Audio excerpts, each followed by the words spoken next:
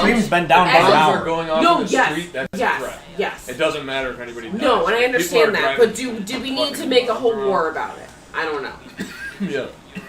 I don't know about that. It's never I feel like we could have just went in there and shut it down. Obama went in there and shut it down. I don't even know how real that is. Dude.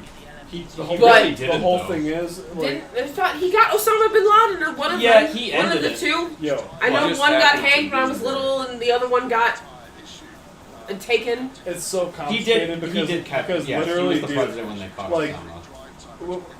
Listen, under his whatever it's called. He's the person who's what's the name of the person who's in charge of the army when they're doing the president, commander in chief. Obama's commander in chief. Under his rule, we caught Osama. Who was the other guy? Like, people are like way more complicated. Who was the one who got hanged when we were kids? Saddam Hussein. Okay. Living beings that create decisions that have an impact on the planet around them, like the environment, dude. Like, we have like natural weather, but it's like we have human beings that have the capability of like changing the entire environment, the scope of the whole planet. You know, there's so many variables that are in play of this like theater of like, you know, situations, like variables. Like there's so much shit going on, dude. It's not black and white at all. It's not. You know, the whole world is so a gray area. On, I'm super into philosophy and shit. There's no such thing as black and white. There really isn't.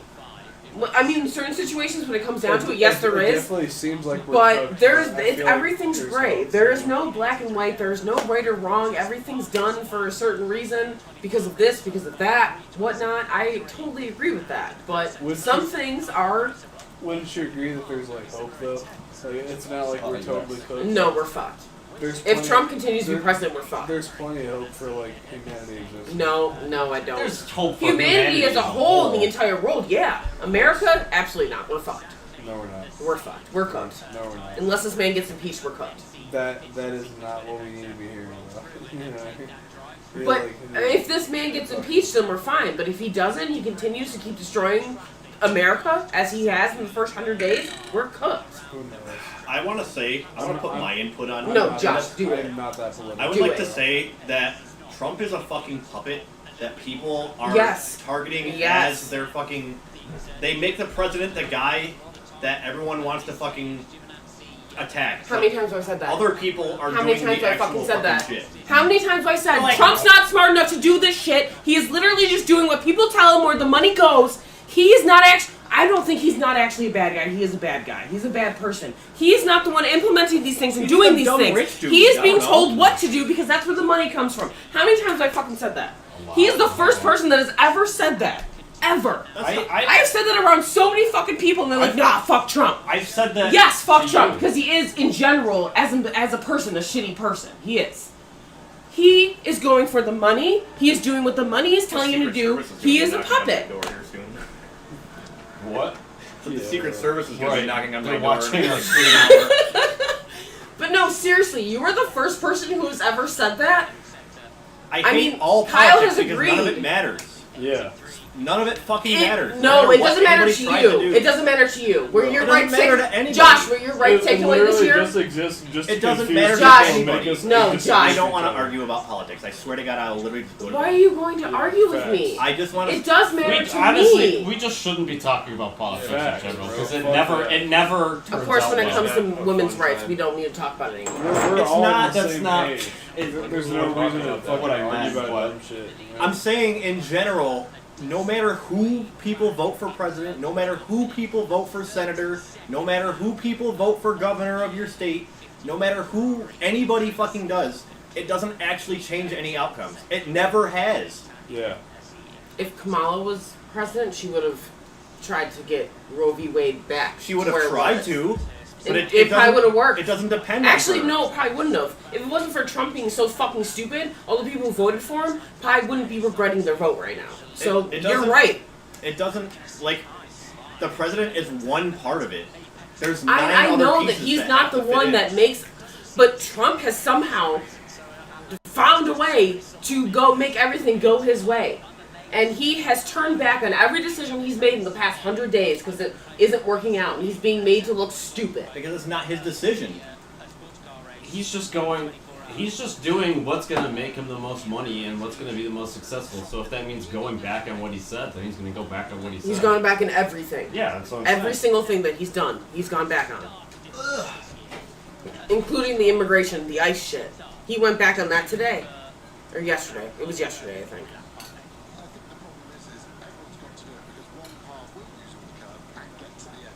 Well, how about them Buffalo Bills? Yeah. 80 Fuck days. Yeah, go Bills. It might be like 76, 77 days now. I don't know. We're all having a good time. July. No, I'm sorry if I come off aggressive. I just talk aggressively. I'm not mad. I hope you guys know that. I'm just aggressive when I speak. I'm not mad in any way whatsoever. I'm just passionate and aggressive. I don't know what chill means. I'm just passionate and aggressive. Well, I am chill. I am actually chill. That's just how I talk, and I'm sorry. well, I'm never actually mad. I'm never mad at anybody for their opinion. Everybody can have their own opinion. I'm never the kind of person who's going to sit there and tell someone their opinion is wrong. I'll tell it privately to Kyle, but none of your opinions Who's the one are wrong. that said that? Huh? Who's the one that said that? Was it Nick? Said what? Your opinion is wrong. Oh, I would never do that. It was a meme for a I would little never while. do that. Unless you're like blatantly telling me that like women shouldn't have rights, then like yeah, your opinion is kind of wrong. But one thing that I definitely don't fuck with is like whenever I'm trying to communicate something, or just like have like a discussion and someone raises their voice at me, it's just like, you know what? I'm not trying to. I'm not trying to raise my voice. I just speak like that, and I'm sorry. That's just how I talk, and it's not something that's ever gonna change. I'm just saying, I've talked to folks before where it's like they're dead ass getting angry. And it's Oh like, no, you know I'm what? not. Like, I'm telling you right now, I'm not. Don't ever take it personally. I'm not. You can ask Kyle right now. I just raised my voice. Yeah. I'm not angry. I'm just super passionate.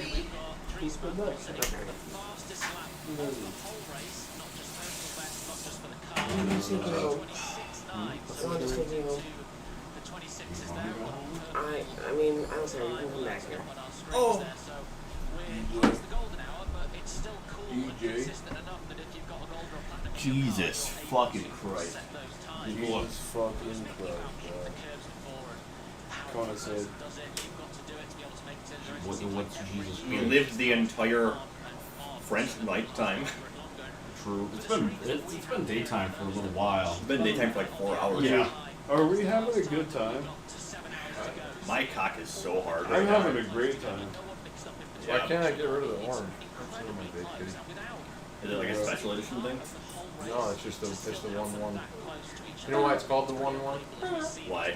Because it has 1-to-1 a ratio? perfect weight ratio. It's the only car ever made with a perfect ratio. They had a Koenigsegg Lego thing, but I decided to go with the relatable car set. Yeah. But yeah, if you cut this car in half, down the middle, short way and long way, the left half weighs the same as the right half. The front weighs the same as the back. It's the only car in history to be that way. It's pretty epic. Like even rear engine, they're all Who cares? We can't not do that. So. Some nights all I think about is you. Late nights in the middle of June.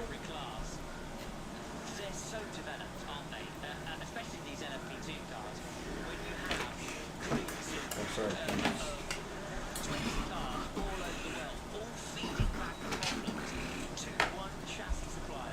I can't remove that. The fuck is that?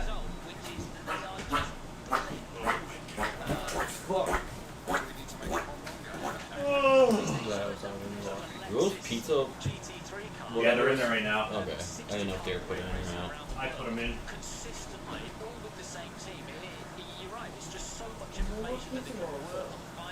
Oh, baby, baby.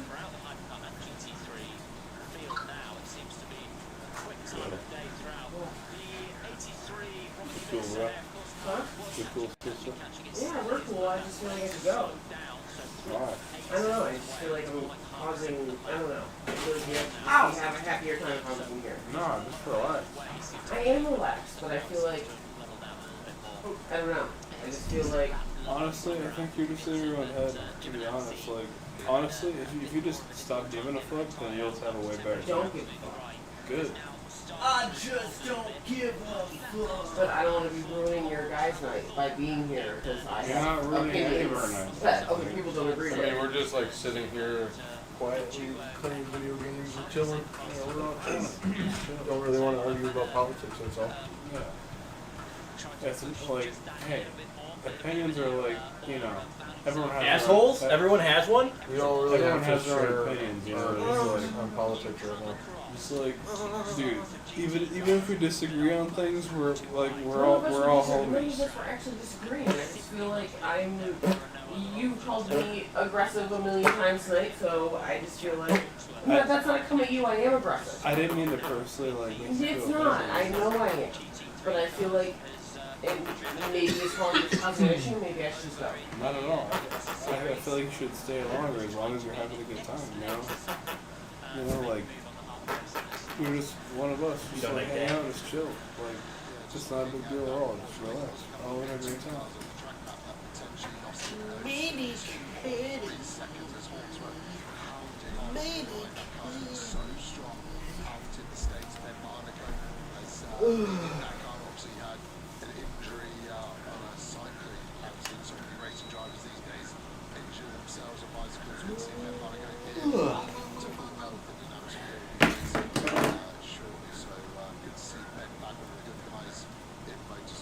But you just try to blend the orange in.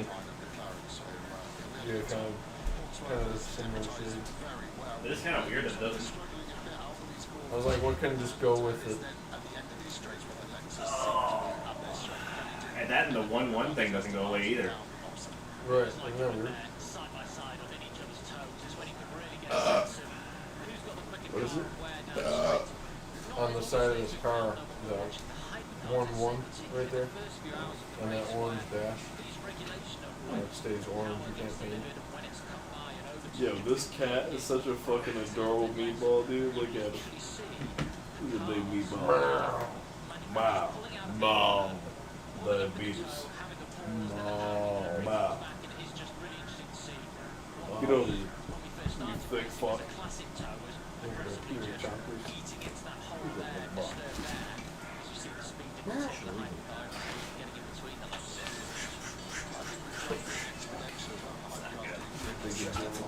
In there.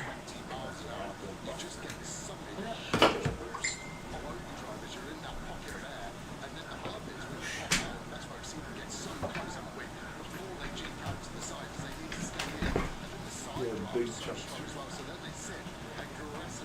Why is it always a sandstorm when I come out with a new car? It's always a sandstorm when I come out with a new car. What is that, Koenigsegg? Yeah.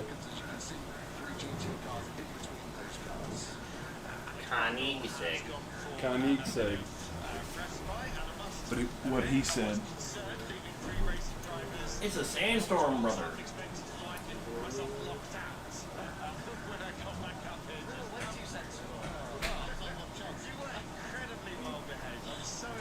Yeah.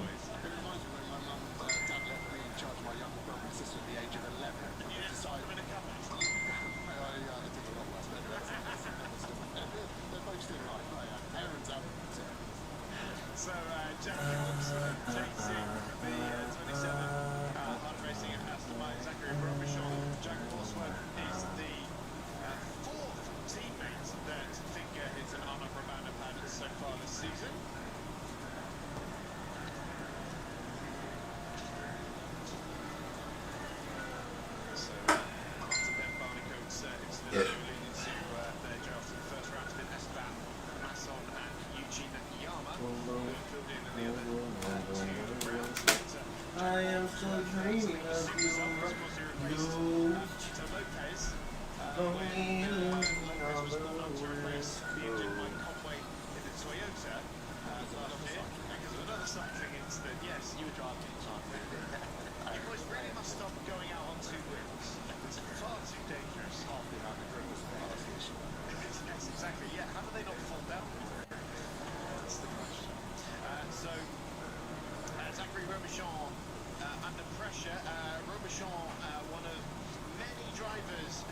This thing is hard as fuck to drive. Going the wrong way.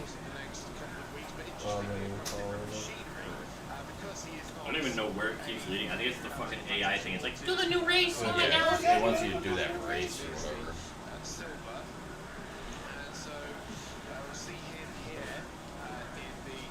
Can I tell you I have Forza on my Xbox? I have Forza on my Xbox, but I have every good car unlocked. Which Forza?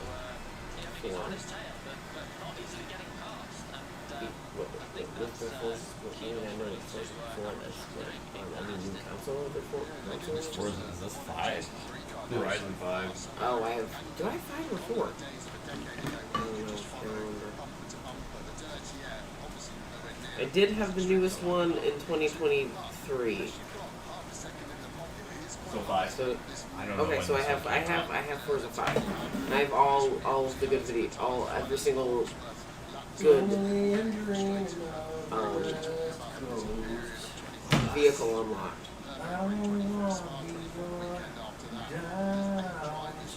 I have a line green and purple player. I know it's not the best, but I'm just proud of it. Fuck dance anymore. This thing is way too powerful.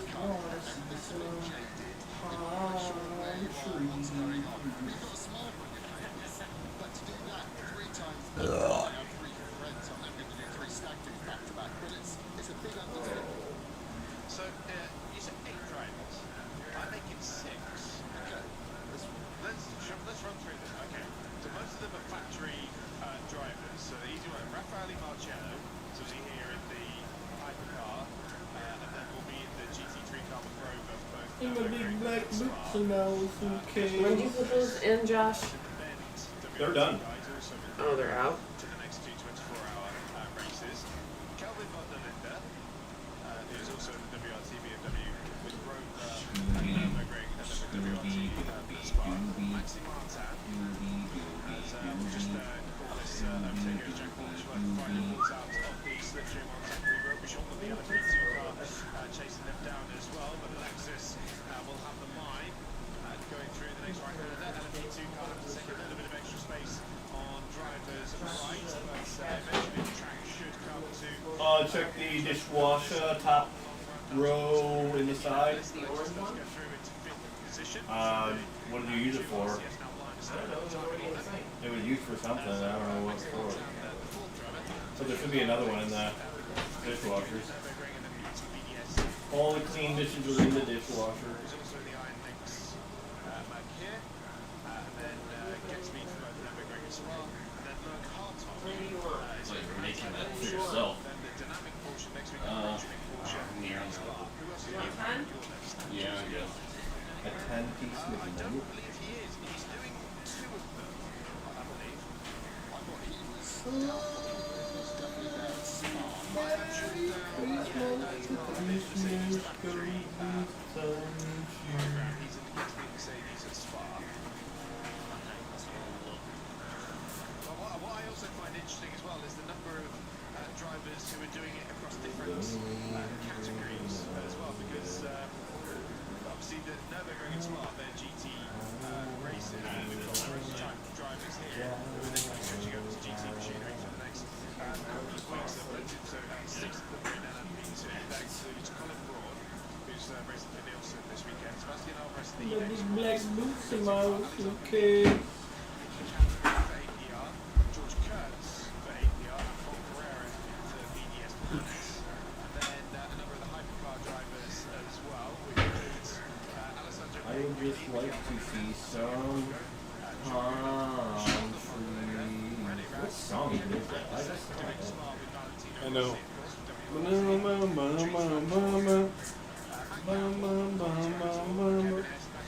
I'm still living with your ghost.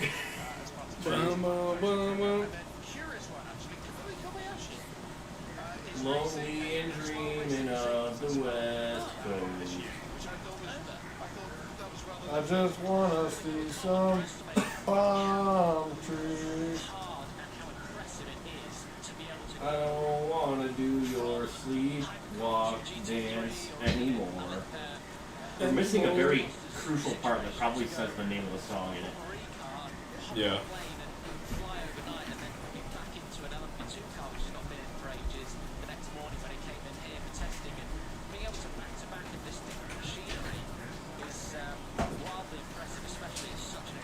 pretty sure that song got stuck in my head because of the pontoons in the game.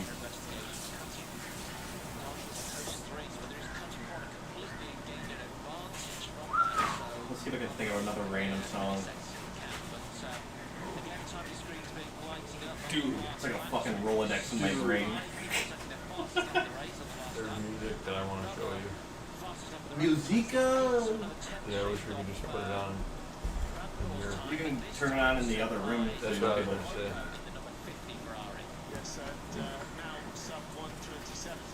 Oh, fuck. It's a band called Rattlesnake Milk. Rattlesnake milk? Yeah. You be milking rattlesnakes? They're super cool. They got this album called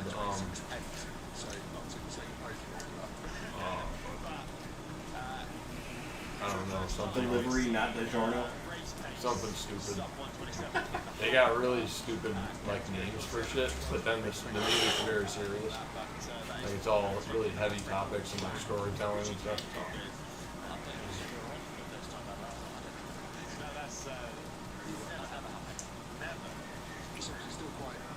I fractured my jaw at the OSHA safety training course.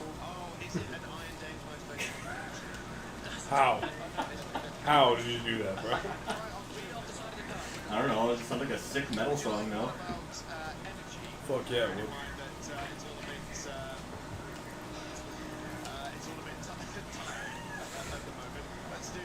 Hell yeah. I overdosed on fentanyl and perk. I overdosed on fentanyl at the 10-hour OSHA safety course, bro. Damn. How the fuck did you manage to do that, bro? How'd you pull that shit off, bro?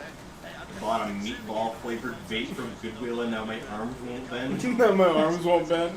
Now my blood isn't circulating in my right hand. What the fuck? That was sick, yo.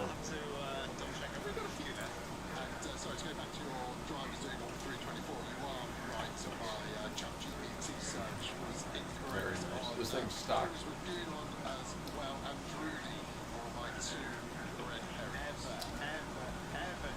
At one point, this was the fastest car in the game.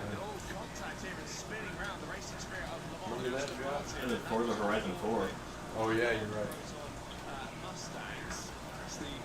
Never was the fastest in this one. Oh.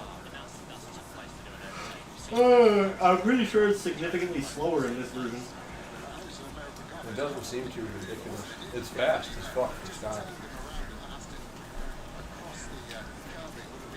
I really like the shape of the tail lights and stuff. Interesting. Why do I always end up on this video? How did that happen? Maybe with the city.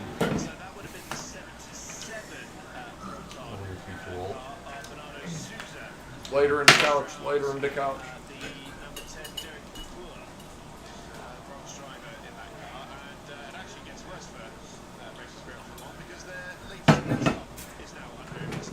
Let's upgrade even more. Trying to see if I can spend all your money. But now you got more. Yeah, I got another $5 million. How the fuck am I gonna do that? Shit.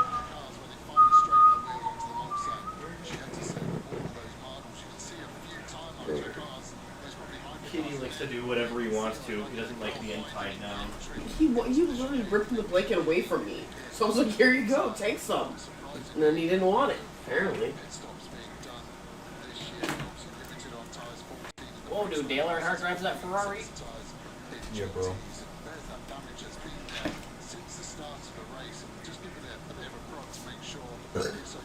Dale Earnhardt, also Did you known... just plug your phone in?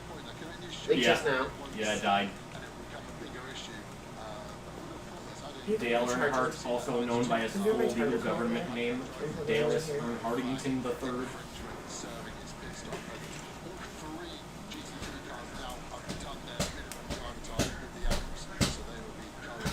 Damn. these Josh, ribs when are you going to add 51 Watkins? pounds. On that Friday? I have no idea. I don't even know what I'm doing tomorrow. Probably sleeping, but that's just an assumption. I might stay awake all day.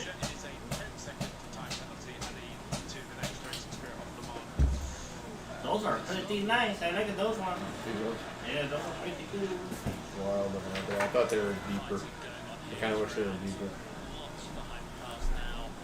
You know? No. Deep dish. No, you don't get to cuddle with my blankie now that you abandoned me for. No. Go over there. You're an abandoner. You don't get to cuddle with me now. Hey, I found the vape. That tastes Blue mine. Raz Ice. That's not mine. Feels heavy. It feels brand new. That's mine. I know. I'm just fucking with you. That's not mine. Oh, it's not? I'll take it.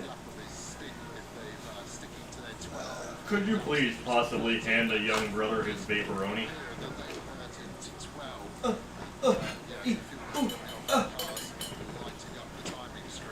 Look at how weird these are. What the I think that hell? filter's got some water going through it. Yeah. For sure. Yo, Victoria. Chismoso, or like chismosa, basically just means like someone that's trying to talk about drama, you know what I'm saying? It's like, she's like, oh, blah, blah, blah, blah, like whatever, it's like chismosa, you know what I mean? Chismoso, like, that's all Are it you is. talking about me? No, Why did you just bring that up then? because earlier I said chismoso, but like, you didn't know what it Oh, meant. I don't know what it means, so I didn't take offense. That's literally all it is. It's So just were you like, calling me that earlier? no, dude. Oh, then why are you bringing it up? You're cool, bro. All I'm saying is, fucking Filled up with a? Don or whatever was being a chismoso. He was Oh, like no, for real. being dramatic and shit. Like, he literally was offering me all these prices, and I took the highest one, and he goes, nah. Yeah, he was just. I'm just like, He okay. was causing a ruckus. You know what I'm saying? He was being chismoso, bro. Put out. Like that's all. She's mostly. Like, I'm gonna tell Kyle that when he's being dramatic. Or some What? shit. I'm gonna tell Kyle that when he's being dramatic. I'm gonna call him she's supposed to. The official fucking You don't page. have to agree. Ignacio. Ignacio? Yeah, causing a ruckus and shit. Ignacio. Ignacio. If he's doing dumbass shit, fucking Ignacio, like, calm the fuck down, bro. Dumbass. Stop being Fair a enough. I've heard that word before, but I didn't know what it meant. Oh, that's cool. That's how we all color.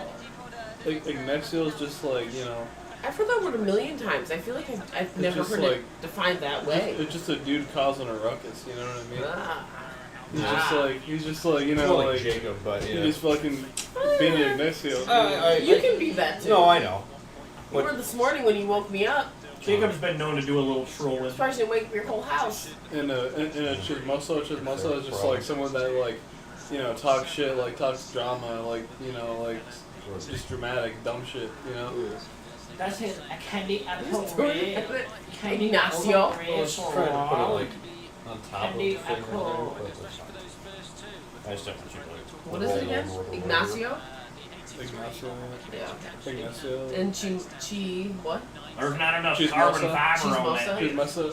Chismosa is like for like Chismosa. a female, like Yeah. chismosa is like, Oh, I'll definitely use For that for a man. Downey then. He's a you know what I girl. mean? I don't know. Like someone just being a Oh, dumbass, you it's a know? Like, Did carbon. you not film this? I put as much as there was in there. I don't know. Really? Like honestly, Yeah. it's usually It'd be just pretty for sick like if you someone put that's the actually your carbon fiber homie, thing but on they're there just being and actually make the stupid. car lighter. It's not like offensive, you know what I mean? If you're saying that, it's not like someone I'm that sure you the like. white people that we call these It's- names aren't going to be offended. I'm they just know Spanish. outlining. I it. wouldn't people use that. Spanish that I'm not purely dialected on I'm just, an actual I'm term. just explaining how it's Oh, not, no, I it's, know. it's not being a dickhead. Like Yeah. when you say that, it's like Well, someone that you associate What if I with. am trying to brightness be a of their, dickhead? whatever else, But they're doing some opacity dumb up shit. or You're just whatever. What talking if I shit. am trying to be a dickhead? though? But I don't you're remember talking what shit it like was. like a friendly way. Human No, saturation. but what if I'm Human not trying to say it a saturation, friendly that's way what- though? You could say plenty of offensive shit, you know? How do I tell them they're being dramatic, not in a friendly way? I don't know. There was a glitch in Forza Motorsport 4. If you Honestly, if you say played it, with be someone like with a modded account, you could make the car fucking glow. Pichachi Moso, like, you know, Bitch like, ass. fucking dramatic ass, like, bitch, you know, like, What is it Pichachi again? Moso, like, Picha's just like motherfucking, you know what I mean? Like, Peach ass? goddamn, Piche, Peach ass. goddamn it, like, fucker, Piche. like, it depends on how you say it, you know what I mean? Piche chimosos. Pichachi's Moso, like, fucking Piches dramatic ass, chimosos. like, stop being dramatic, you know what I mean? Like, Piches chimosos. Pichachi's Moso, fucking Piches chimoso. fucking loudmouth bitch, you know, like, you know, talking shit, you know, like, Anybody. Pizza Chismosa. I'm gonna say Rainy? this to your mom. Whenever you add pizza, it's just like motherfucking, it's just adding emphasis to whatever you're saying. So like if you want to like make it like, if you want it to be offensive, you could add pizza. You know, like fucking make it like, goddamn it, like, you know, like you're just putting some emphasis on it. Yeah. Pizza Chismosa. Also, that Is that song calling that you someone were a singing dramatic ass earlier, bitch, pretty much? Which one? Okay. is that song PJ Santa Monica by Chismosa. Everclear? It is Santa Monica by If you wanted to call someone a, I just if you were to wanna say see some chupa mi trapo, it means suck on my tampon. If Say you that again. Say that again. chupa mi trapo. Chupa mi trapo. Like Chupa suck on mi my trapo. tampon. Like, chupa mi trapo. Chupa mi trapo. How do I go home? Chupa mi trapo. Trapo? Chupa mi trapo. Chupa mi trapo. What do you mean home? Back to Mexico.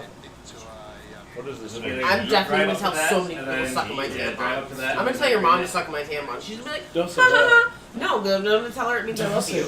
She's not gonna know what it means. then travel. Kyle's mom was mean to me today. We don't need to talk about it, but she deserves it.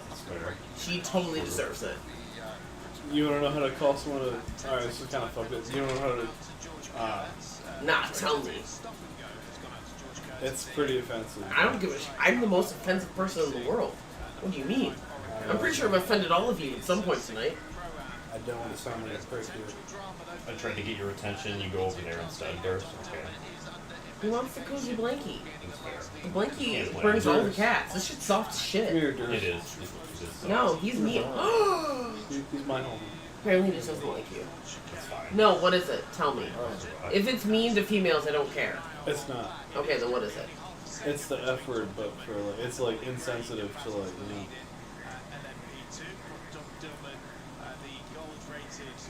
What F word are we talking If you want to about? call someone a faggot, you call them a Oh. joto. I don't care about that. Joto. What? Joto. Poto? Joto, yeah. Poto. Poto. See, He's not actually a faggot, he sticks it in me. Sorry. obviously, bro. Well, I think he is because I stick it in him too. Damn. Damn.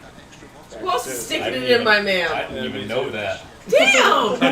We're taking it from Antonio. You, I don't know. Almost fucked Who else is up. sticking it in my man? Victoria, get out of here, lady. Who the fuck are you? Watch out. I was gonna say, I had a Fuck outta thought here. earlier and I lost it. You Was just it want to about see some Spanish palm language? trees? You guys want to know Russian swear words? Sure. Family booth. Matwayu means motherfucker. Bitch, you throwing it back on my face? Damn. Tupea soup means stupid bitch. Shluka means whore. Luca. Shluka. You can say also say Tupea soup. I don't think you can say Tupea Shluka. I We feel like said that's a something different that term. sounds like You can say Google Tupea because soup. That Vinny's means phone stupid and my bitch. phone both went off. And you with can say the fucking Google Matwayu, Assistant which thing. means motherfucker. But I don't know if you can use Matwayu in another sentence. I like feel we like didn't even Matwayu is on say its it. own. I If you know, want I to say know that motherfucker in a shit. sentence, it's going to be something different. Yeah. My mom used to have a bunch of Russian exchange students work with her when she was a GM at Denny's, and they taught me a bunch of swear words. Fair enough. She would bring me to work. What did she expect? She knows they taught me swear words. She encouraged it. My mom has videos of me at 4 years old saying the worst swear words in the world, and she laughs at it regularly. I would also make my child swear and record it, because I think it's funny when kids say fuck. Oh, you saved it. Oh, how did it not end? I don't know. If you don't want to be my pillow, then don't lay here, Durst. It's true. He seems alright with it though. He is like This card pressing does buttons not on want her to phone drift now. like this. Oh, now It's he not wants, on. now he wants the cable. Don't eat my cable. He loves cables. Don't eat mine. No. You can't have. No has the kitty. No, you can't have. No. No. That guy spinned out. Say it again. Is that a BMW?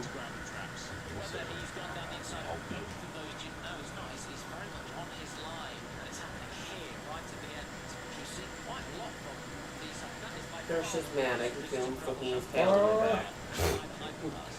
Don't lay here if you don't want to be a pillow, girl.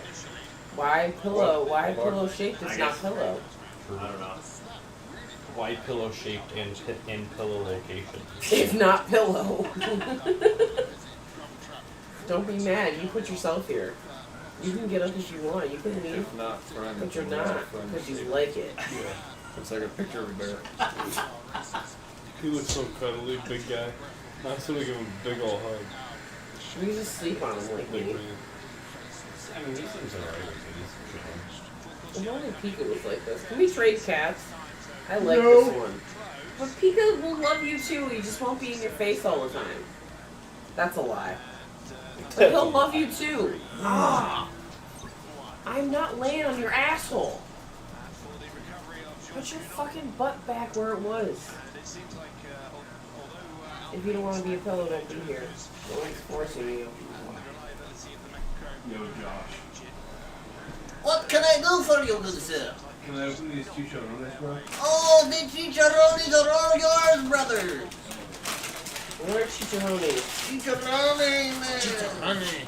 What is a chicharrone? Chicharrone. What? Pork? Pig? Can you not? I'm trying to get it away from him. He's attacking it violently. Where were we? Oh, This pillow's not as comfy as Anyways, yours was. chicharrones are the, what is it, the pork skin or whatever the fuck it's called. Oh, okay.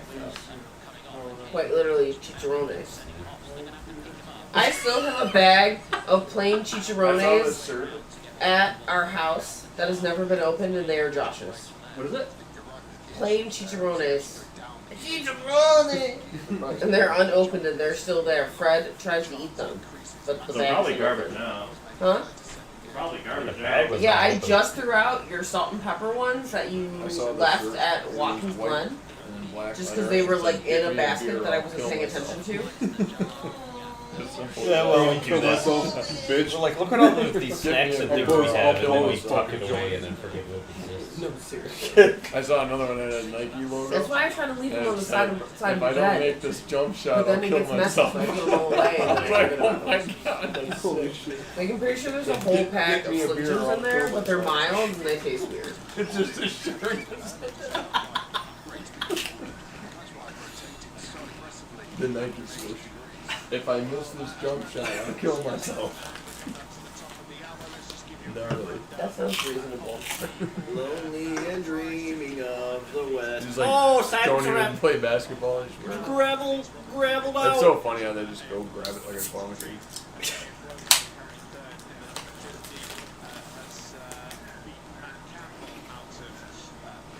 Yeah, now they just go out there and pick it straight up. They don't even like attempt to tow it. They're just like, fuck it. We're bringing the crane. Well, dude, brain time. What time is it? 3 a.m. Sales 3. Bum bum bum ba-da-da-da, ba-da-da-da, ba-da-da-da, ba-da-da-da. What are you watching, Curb Your Enthusiasm there, Josh? What is that? It's that HBO comedy show that, Oh, that I've never heard of, so why would I know what you're talking about? yeah. It's Larry David, who's the one guy who wrote Seinfeld, is the main character. Never seen Seinfeld. That's a lie. I've definitely watched it a bunch, but I was a child, so I don't remember it. I'm just saying, the show, it's made by the guy who made Seinfeld, that's why he's like, I thought He got Jerry his own show. Seinfeld made Seinfeld. well, he did. It was him and Larry David together made the show, but Dude, the best chicharrones is like when it's fresh. Someone got some pig With from the guac? market. With guac too. Are you talking about like Yeah, the cars thick, swinging all over like the the pork place. belly, the fried Yeah. pork belly with guac? Like fried up, like That's straight not up, called chicharrones, straight, they're called something straight else. up in a wok with like grease over an open fire. You just like heat up. Is that pig called fat. chicharrones? Is that called something else? It's Is the that why I same know thing. that word? It's Is because of it's that? literally the same thing. chicharron is just Spanish, isn't it? Yeah, it's the same exact thing as this, but like this is like more But processed. yeah, but it's basically just Whenever like it's pork belly, fresh. thick bacon that's fried. Dead ass. You just And then put dipped you in just, guac. you just put it in a taco with some like homemade salsa. No, I Shit's would. gas. I don't know if I could do that. You could. It would be. I want to try it fried with guac, for sure. My shirt says Passion Celeste, and that means heavenly passion in Italian. I think the name Celeste. Eduardo Bianchi. It's just like celestial. Means I the just sky. don't like Who is Celeste. Eduardo I'm saying Bianchi? that, He sorry. was the first inventor to make both the wheels on a bike the same size. Of course. Fair enough. He was the He's first like, one to wait a put- minute. He's like, why has no one done this before? He was the first to put tires on a bike too, put air in them. Before that, they were like wooden and shit. Yeah. I feel like I know, like what you're saying, the fried pork belly is called chicharron. Chicharron is like a little bit different from like chicharrones. Even when it's like fresh. Chicharron is what I'm talking about. It's the This- shit you dip in the guac. This, whenever it's like fresh, and it's I'll show you a video what it looks like. Like literally, dude. It's the same exact thing, but it's like literally fresh from the market, and like someone just And like someone fries it right there. cooks it up, like That's someone deep fries it. And That's chicharron. Yeah. I'll I'll be show taking you what I'm pictures. talking about. I'll be taking photos of her ass. Fuck. That hurt. Oh, right. This is what I'm talking about. So good. This is what I'm talking about. This bitch eating this thick cut bacon pretty much with guac. That's chicharron. I gotta see when it's cooked. Show me when it's cooked. Oh, she started cooking those. Yeah, she sliced it up. She's on the right track though. It's like the Well, same she is thing. at 100% Spanish. She's That's- on the right track for sure. Yeah, same. That's That's exactly what it is. That's how I just know this. Bro, that is literally chicharron, bro. If you put that on Yeah. a fucking taco, bro, put some salsa Really? in there. That's all you need. Some salsa in that. That's a taco. I've always wanted to try it plain, but I'm scared of pork belly. It's too much Guacamole fat. would be Too That's much pork fat. belly? That's Guacamole literally would be really 100% good. fat fried up in a freaking thing. I don't. Yeah. Do you see me eating them? They're good. Delicious. I never said they weren't. Yeah, I'm scared of they- this because I don't like pork belly. They may So have fried taken pork them belly, out is it still gonna be It's super delicious. fatty or is it gonna be crunchy all the way through? It's a little bit of both. I don't like Crunchy and fat. They melted it in Unless your it's on mouth. bacon, but I don't Then like you're thick cut. missing I out don't on like pork protein and belly. nutrients. I get enough protein and nutrients from Kyle. And the big black boots and all so good. not as much as pork belly. I don't know. You don't know What that. kind of nutrients are we talking about? I don't know. Fucking protein. I get enough brother. protein from Kyle at least. 30 grams per. By the way. I If you didn't definitely, know, I by the definitely way. consume a lot more. Mine's definitely like 15. I gotta go to the doctor or something. I consume like at least like 100 grams of protein a day. You know, like more than that. Hold up a minute. Do you know what we're talking about, sir? I'm talking about cum, bro. Not about cum. I'm not talking about fucking cum. gay, but all I'm Vinny saying was is, talking about cum. I swear. all I'm saying is, big back motherfuckers like me gotta eat, cause like if we don't, we become scrawny and malnourished, and our So you're eyesight taking in a lot of sucks. cum, is what you're saying. Nah, I'm fucking working my ass off so I can provide myself with a balanced diet. And Well, I'm eating- talking and about cum, and I'm Kyle getting- provides me with all I'm the eating protein cheese, I need per I'm day eating cheese, in one steak, sitting. chicken, fucking peppers, fucking tomato, vegetables, all sorts of shit. Like literally. I consume all this too, No, dead ass. and Kyle. My body's getting fit right now. You know what I mean? That Like, bike ride. bike rides. Fuck We're that. doing a whole bunch. Fuck that. I got COPD. I'm not doing that. I Well, got COPD and asthma, and I'm fat. my cars were destroyed, so I'm gonna get in great shape. That's I why can they cruise made around Uber. everywhere. Ride to work in the morning and shit. That's why they made Uber for fat, lazy people like me. A man pallet died. I can't afford to do that. These are kind of technically in Lockport. I'll come ride to work with you anymore. That'd be sick. You guys are so cute. Oh, I didn't mean it like that. I meant as friends. I'll I get meant out. as friends. I'll get out of work and fucking ride. I don't think Josh would do that for Kyle, so. Fuck Kyle. Exactly. Kyle can ride his own bike to work. I agree. Yeah, we all ought to go on a bike ride. I'm trying to start a violent street Any game. Tums, where are the Oh, Tums? violent? Joshua, Yeah, never we're gonna mind. sell Yeah, drugs no and commit Tums. crimes. Are we gonna make money or what? We're not gonna. Hey, Well, if we're doing violent crimes, we can make money off of that. that's true. Are we about to GTA Lockport? Yeah, on bicycle. Fuck it. I'm trying to start a game. I'm already in 2. What's your So I'll be in another one. GTA Lockport City. 14094. That's the name of our gang. You're a fool, Dumbass bro. already tried doing that once. Literally. We could text people on Snapchat and be like, "Hey, wanna be in our gang?" That's the dumbest shit. Nah, all we gotta do is be unified, organized, tactical, and we fucking Beat motherfuckers' asses. we fucking make a goal, and we I accomplish like the Vinny's goal. idea. We accomplish the goal, get the Beat job motherfuckers' done, asses. and then we don't fucking get in trouble. We just do the job, I like Vinny's idea. accomplish the goal, boom. Accomplish the goal of Knots, beating motherfuckers' knots asses. tied. You know what I mean? Imagine all of us are riding down the road in the middle of the night. Not on bicycles. No, on bicycles. No, I'm gonna ride a motorcycle. I don't think you would cut No, it. you're dog. not in the game. Cut the gang? So What then about you're an not in the e-bike? gang. Did he just tell me that I couldn't make the gang? Yeah. So you're not in the gang. I've made a real gang. You think I can't make this gang? Well, this is a biker gang, okay?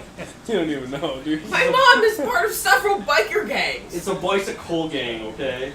Mama ain't raised no bitch, bro. I definitely. No, Mama really didn't raise no bitch. I'm gonna But- ride a sparkly pink bike. Yeah, I guess I'm talking higher than carry what you the guys biggest are. What gun. you guys are saying. Yeah, we're not. That's how that goes. We're not going that hardcore. Oh, okay, I am. No, no so one's going that hardcore. I am.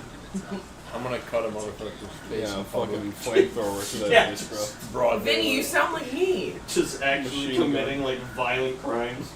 Where'd you get that M60? You know, But imagine we're all just mobbing down the road and then there's just some innocent bystander. we just like don't kill innocent bystanders. And we fuck them No, up nobody real does bad. that. That's Take rude. it, take everything they got. Why would you do that? That's mean. Just because you're in a hardcore gang doesn't mean you fuck with innocent people. Yeah, we don't have to be scumbags. You know what I mean? You can still be a gang and hardcore That's the without name of the fucking with gang, though, innocent it's people. scumbags. The initiation for the gang is to put a stranger in the hospital. Oh my god. I guess I shouldn't. Never mind. Not even gonna mention. Why would Someone you you don't Not know. even gonna Someone you mention what I did. bro? Why would you do that? They would sue you. You have to kill them. You know? Kill a stranger. What are you doing, Kitty? That's literally how it actually worked. It's fucked up. Like, why would you ever want to do that? You know Drive what I mean? around with your fucking. Join a gang, you fucking retard. You know what I mean? Like, You drive piece around of with your shit. headlights off in the first car. Why the hell would you ever want to flash, join a gang? flash their lights at you. You follow. Fucking dumbass. You know what I mean? If you're actually gonna like start something, like make it like a peaceful group where it's like you know, don't tolerate. I'm gonna like, start a gang. terrorism. That's just a giant group of people that smashes out the headlights of Dodge Rams. That's Why? better than killing people, you know, or like So I can selling see when I'm hardcore driving at drugs. night. Fair enough, I guess.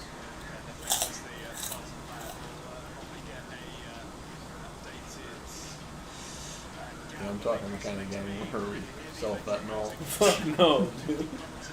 I'm never doing that again. But we're gonna be on bicycles the entire time. No, that's the most retarded shit I've ever heard. Pull over under We're all a gonna bicycle. drive Ford Pintos.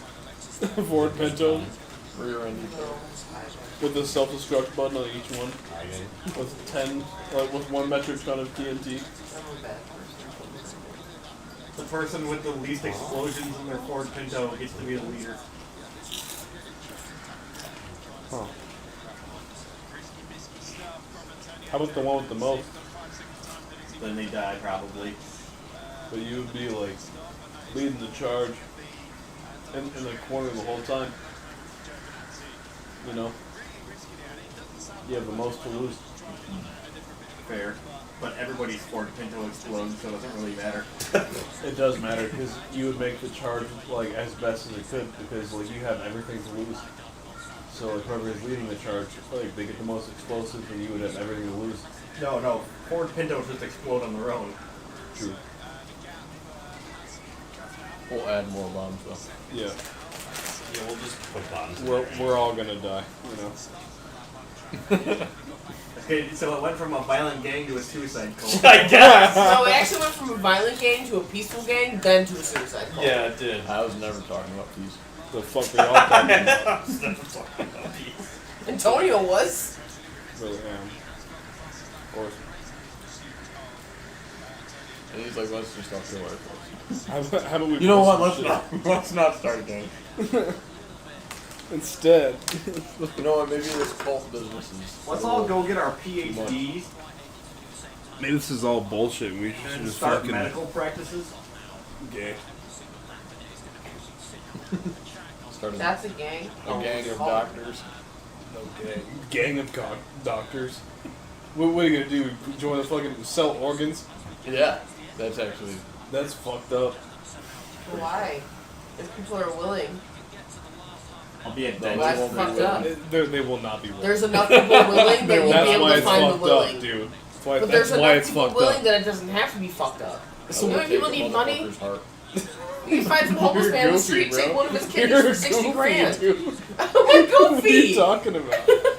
There are so many people. There are so many people who are willing to There give are- an What organ. about yet There another are one? absolutely people willing to It donate. wouldn't have to be us course. drugging For somebody, money. putting them in a tub. But that's That's not what it would that's be. not how you make the big bucks. I mean, we can You make know it what I that mean? way, but That's they're why still it's a willing. problem. No, We're we not definitely selling- can make the big bucks We're that not way. selling Yeah. one kidney at a time. You and selling shit. you selling We're both. selling hearts. Okay, selling Jenny's over here not being selling peaceful both as fuck. eyeballs, like all that Yeah, shit. eyeballs and fucking The whole I mean, whole if they're shebang willing, bang. You know they what I can mean? live with one Livers, eyeball.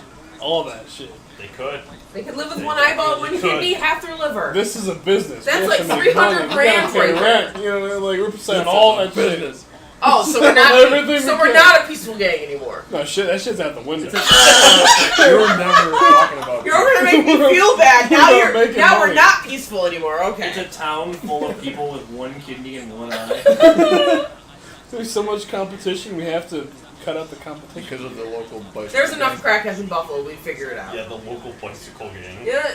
You know how many people want crack in Buffalo? We Too just- many. we just Enough. That we'll shit is take- we'll depressing, take- dude. Oh, I was blessed.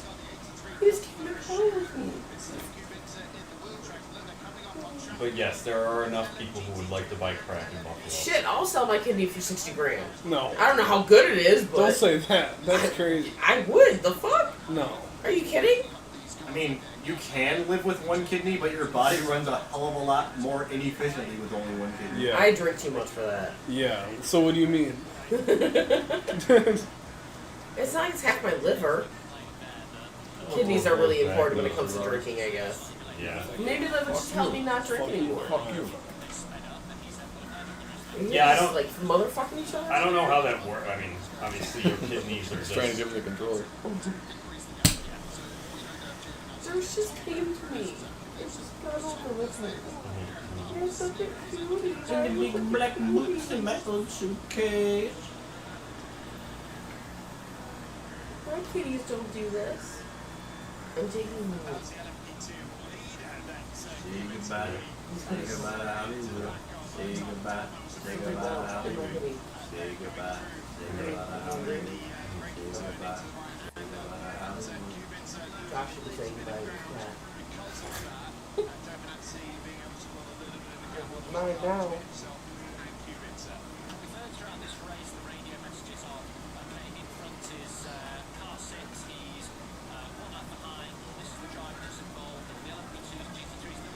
They're just talking about gang violence live on the internet. No, Taking no one's, people's no one's kidneys, but- actually. We can talk about taking people's kidneys, but we can't play music. Nobody's actively involved in gang violence. in Well, this for country. legal reasons, we're joking. Yeah. For legal reasons, nobody here is involved in gang violence For whatsoever. legal reasons, yes, nobody is We are involved all in gang legal violence U.S. here. citizens that don't give a fuck about any of that. We're all law-abiding citizens that don't fucking fuck with any For of that legal dumb shit. reasons, yes. Well, not just for legal reasons, because dead ass though, like that's retarded. Like, why would you want to be in a gang? You know what I mean? It's fucking stupid. You know? It's actually stupid as fuck. Why would you ever want to do that on your own free will? You don't need to. You could just go make some opportunities for yourself, make some fucking money legally, like legally. Like, why would you want to do that ever? You're in the hood. You're by yourself. You have no protection. No Yeah, I was about family. to say that's how. But you're that's just not- in the hood and don't have a That choice. is not our scenario. So what the fuck? Like, what do you mean though? You know what I mean? Oh, I just want to hurt people. Well, then that's your problem. I just want to ride my bike and commit crimes. That'll catch up Ow. with the road. That was a smell. Not gonna last forever. Fantastic. I'm assuming he smells like Jacob. What kind of car? Jacob's the one graffiti, with the expensive cologne. So. I'll do that. Yeah. I don't know who he smells like. I don't want to hurt nobody. Though. It could be my cologne is right there underneath your nose. I don't want to hurt nobody. Nothing. I mean, all fucking. I don't think you smell this good, all Josh. tagged I have with, 3 like, bottles of graffiti, cologne but right I'm in not front trying of to you. hurt I nobody. don't think you smell this good, You Josh. think the cat smells like cologne and not the cologne in front of you? No, because I can't smell the cologne the freer. I smell the cat. I wear fucking polo blue. I smell fine. No one's saying you don't. Where's my phone? We're On the charger right here. We're just saying the cat smells better. That's all. He does. Your cat smells better than you. Deal with it. Good for the cat. Good for him, because I'm sitting here calling him sniffing him. I washed the cat with my towel.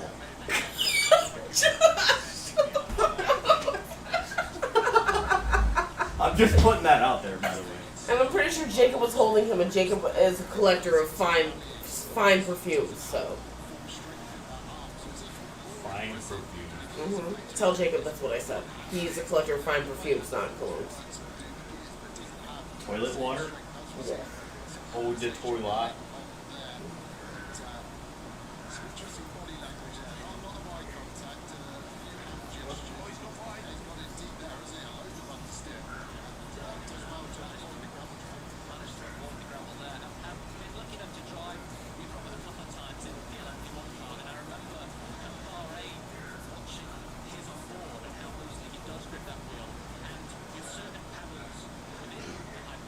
Your voice broke in the other room.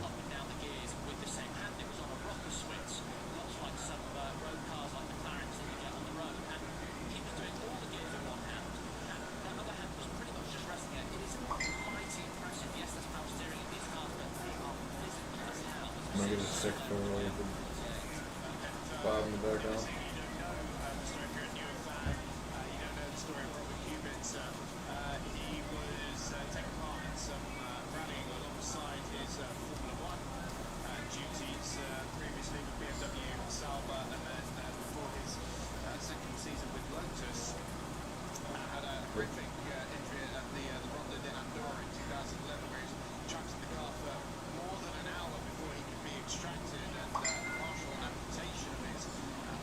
Josh, you ever heard of, like, Vibrate? What? What? You're the only person I know who has their phone on sound. No, seriously.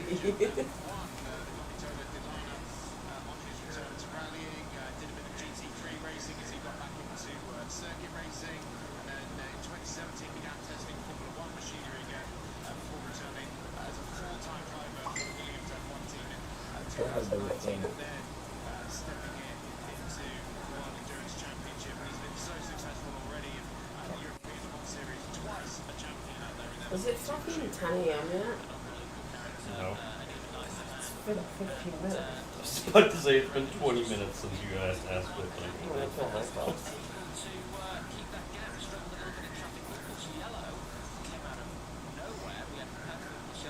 You didn't do 20. I think he's gonna try. Just rolling.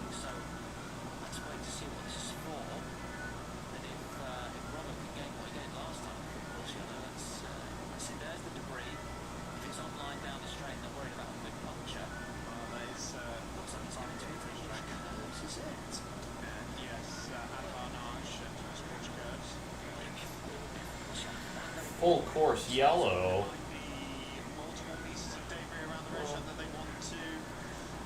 I'll show you my full course yellow. No, you won't. Yeah, I will. You're right. Show me your full course yellow.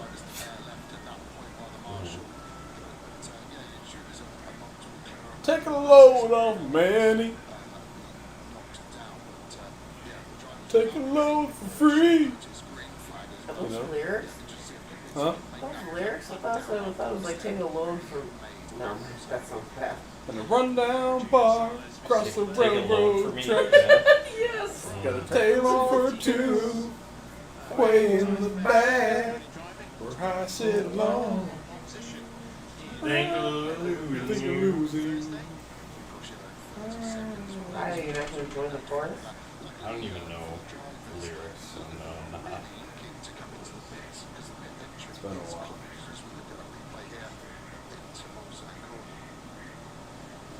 Look at that photo.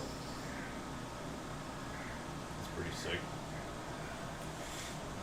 I spend most every night beneath the light of a neon moon.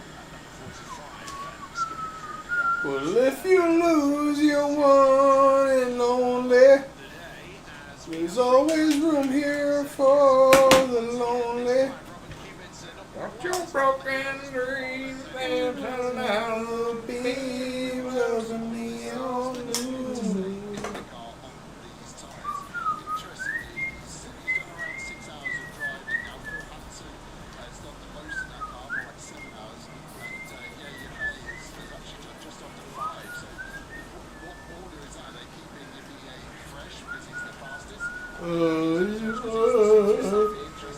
Kyle. I think it was a couple 6 7 I don't know where the fuck it went though. Kyle, you want this your controller? My cable. Yeah, in a minute. Shithead. Took the rug and the whip. I like this thing because it's not like insanely drifty, but it can still drift. I'll take it in a second. I don't think there's a game.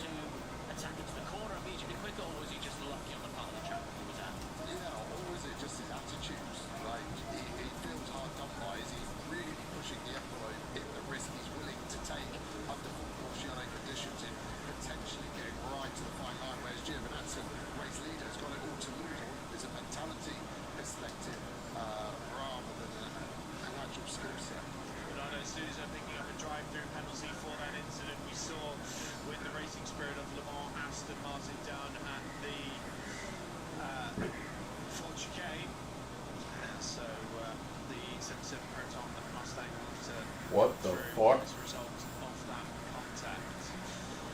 don't know. I don't know what the fuck. Oh, sitting right down here.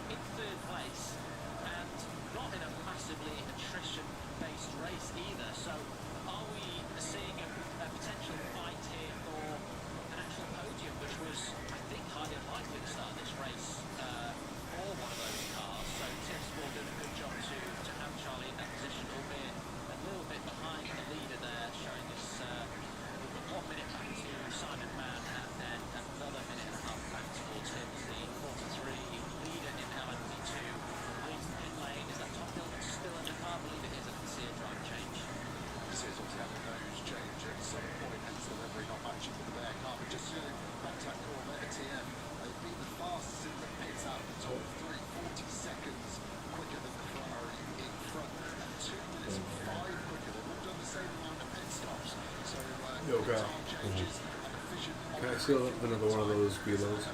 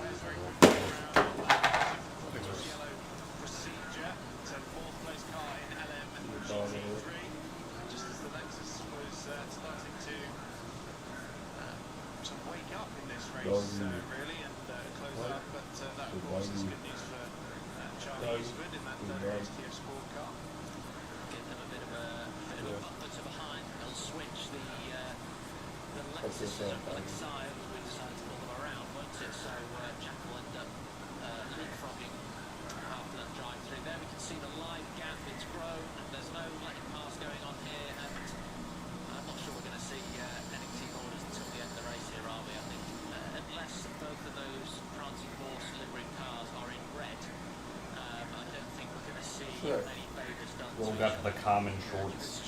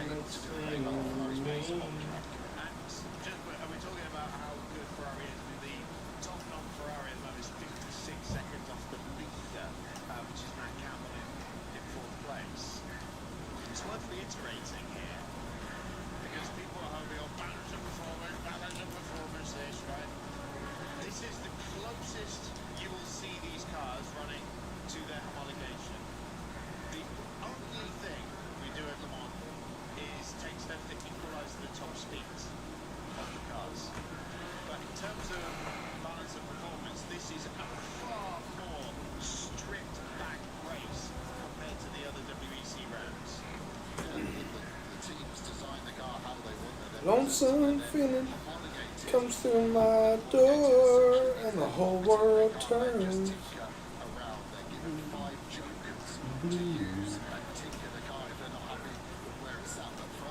There's a rundown bar across the railroad tracks. We got a table for two, way in the back, where I sit alone. Oh, God damn. almost every night Beneath the lights of a neon moon. If you lose Yeah. one, There's always room here for the lonely. Broken dreams dancing out of beams of a neon moon. Running wild and free. Too young. You sometimes see you in the shadows of the smoky room.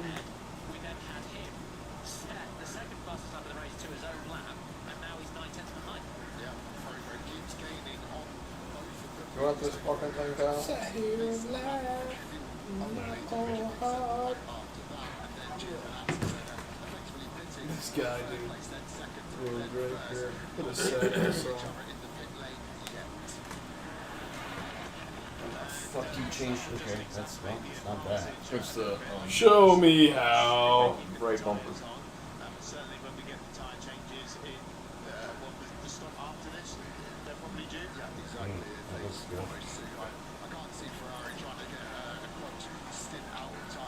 This car is in top condition. I see that.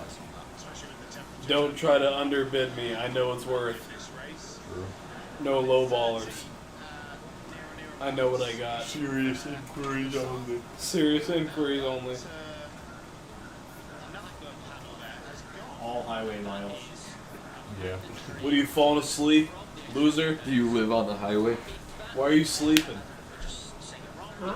Why are you sleeping? This vehicle has never touched the city. Sleepy? I'm listening to music. I'm not sleeping. Sleepyhead? You're the one with the hat over your face. Nah. Nah. Where is it? Where's what? What hat? Shut the fuck up.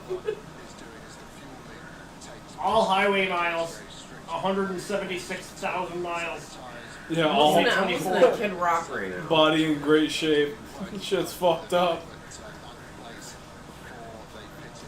I wouldn't buy that for $5,000. Never beat on. Maybe I would.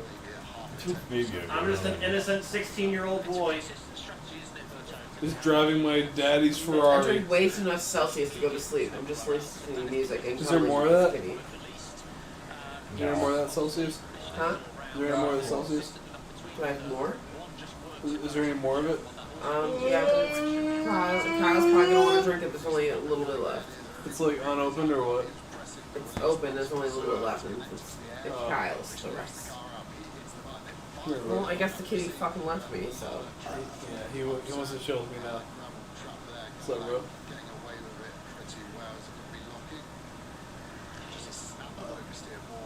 You have to be such a horror, Durst.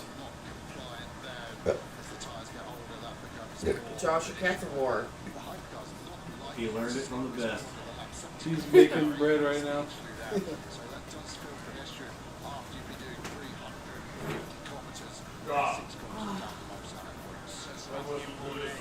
Huh? I don't want to, you know.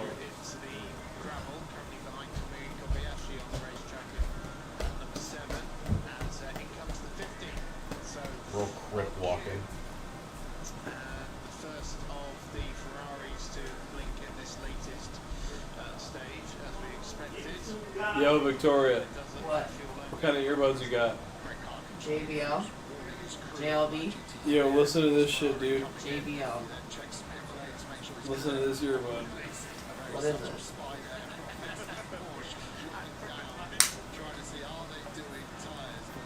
I want to play some fucking emo shit.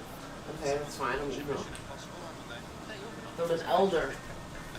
Respect your elders. Let's see what you got, dude.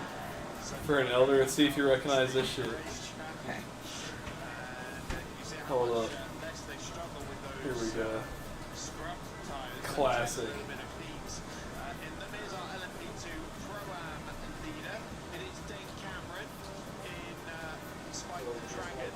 Actually closing in on a fully pro car.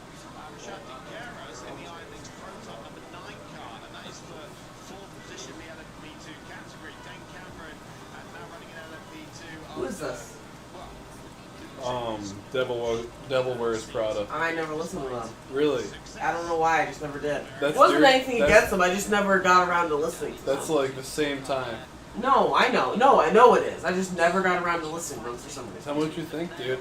I mean, honestly I'm fuck obviously with them. gonna like them. I like them. They sound like every other screamo band during that time. There's so many different genres, though. Well, for this specific type of genre, they sound like the same as the other bands I would listen to. Metalcore. Yeah, metalcore. I'm super into metalcore even now. I'll put you on to some Killswitch Engage, too. You listen to Killswitch Engage? No. Not because I don't like them. I just I'll put you on, dude. never listen to them. I just don't like change. I'm weird. Huh? I don't like change. That's pretty human. So like once I like something, I just like that, and like I don't feel like I need to listen to other things. Not that I don't need to, This and I'm cat. willing to, but Yeah. on my own, I'm never going to. That's good that you're still open-minded, though. No, yeah, I'm just never on my own gonna listen to anything new. But if people want to show me new shit, then I'll listen to it.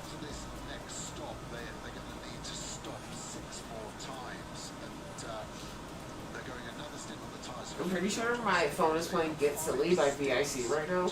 Can you still hear it, though? No, I'm just saying I can. No, yeah, I can hear your phone. Oh, word.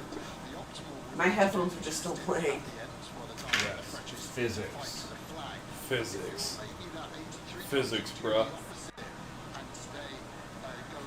I'm only laying on my side this way because my tummy hurts. It's not because I'm sleeping. Dude, when I was growing up, like, deadass, we're kind of the same generation, bro. Like, deadass growing up, Screamo was the fucking thing. Yeah. You know what I mean? I Going listen, down, no, I downtown listen to San all, Antonio, like, Asking bro. Alexandria is still, like, one of my all-time Yeah, favorite bands. Asking Alexandria was huge in San Antonio, dude. Going to the White Rabbit and shit. Like, everybody Fucking was Attack fucking Attack. Huh? Attack Attack? You ever heard of Attack Attack? I've heard of that. I can't think of the music right now, but, like, I've heard Escape matches. for Fate, Attack Attack, Asking Alexandria, Bring Me the Horizons was Yup. in that, Bring Me the Suicide Horizon- Silence. Dude, the vocals from Bring Me the Horizon has been, like, so many places. Well, that's because he lost his voice. Yeah, he did. But Now, but his screaming, even though it's not screaming anymore, I still love it. yeah, Like the first album he's he the came man. out with after he lost his voice, I love it. One of my favorite songs is on that album. I can't tell you the name, but I know the song. He's the man. Blessed with the Curse is my favorite song off that first album he came out with after he lost his voice. And honestly, the breakdowns in emo screamo music are elite. Hell They're yeah. elite. Nothing beats them. No, I mean, it's fucking sick. It's so nostalgic for me, honestly. I used to have this, like, phase where I'd wear, like, skinny jeans and shit, you know what I mean? Back in the Please. day. my mom had a Hot Topic. If my mom, I went to Hot literally, Topic all the time, Hot bro. Topic was my store. My mom would be like, "You want to go to Hot Topic today?" She'd buy me every color skinny jean there was. Sure. I had blue, I had lime green, I had cheetah, I had hot pink. I had every color. My Literally. entire wardrobe was hot. My I had entire gray, I wardrobe had was black. like my hair. My mom is the reason I started dying. Oh my god, Yeah. that's not good. Good thing I have nails. My mom is the reason that the earbud rubber piece just got stuck in my hair. But my mom is the reason I started dyeing my hair colors. Like she was the first person to dye my hair pink. It was her idea. Word. She wanted me to be. She was like living out some dream vicariously, whatever, through me. So Dude. like, I was Live your emo life. because of my mom. Hey! You know. Oh! You know. Yeah. You know what I mean? Dude, we're from the same time. What are you talking about? I never said we weren't. But we are, though. Straight up. I know. You know what I mean? Straight up, bro. I mean, we all technically are, except for Yeah. Kyle because he's 35. Is he? Yes. Are you? Mentally. Yes. You're 35, brother? Like yes. How do you figure? Mentally. Mentally. What does that even mean? He's a grandpa. He's a grandpa. Yes. Alright. Is he not? He's a grandpa. I mean, I agree. Kyle's I a think, grandpa I think I mentally. am a grandpa, to be honest. Kyle was Old raised man. by boomers. That's true. He You're a is boomer? Kind of. My parents are what's after junior? Fucking boomers? Jesus. Gen X? My mom's Gen X. She's 1 year away from being a millennial. My mom just turned 47. I'm My 29. dad's like 50 something. Yeah, no, my mom just turned 47. So, like, I was raised by a young mom. My mom has been dyeing my hair since I was 4. My mom's been trying to get me to wear emo style since I was a child, and I wasn't into it. And then one day, she took me to Hot Topic, and I was like, this is the best store in the world. And she was like, good.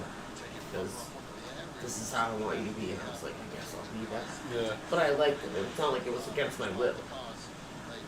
I do know this song. What song is this? Oh, I Still Fly. Still Fly by who? Oh. Dude, there's something in my fucking eyeball. And it hurts. This is like my favorite song from Kill Switch Engage. I wish we could just fucking play music out loud. I know. Like, I didn't realize we weren't allowed to play music out loud. Yeah.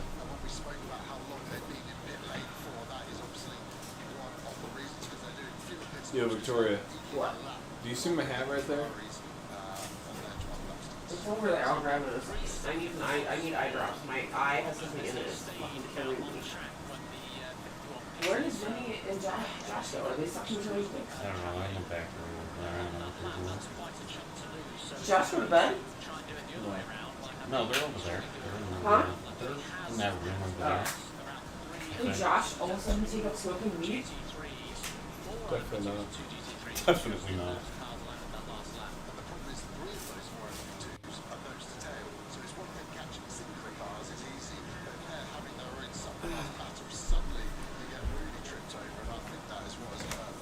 Oh my god.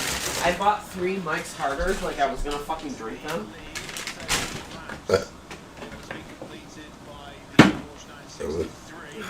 Fuck.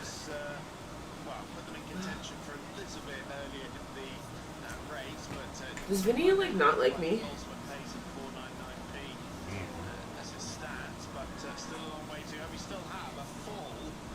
Oh. Can you blow my eyeball, please? Yes. No, as hard as you can. I'm gonna spit in your eye if I do that. My eye fucking hurts. There's something stuck in it. Play Forgotten by the Plot New. It's new. It's not old. Forgotten by the Plot in You. It's a good song.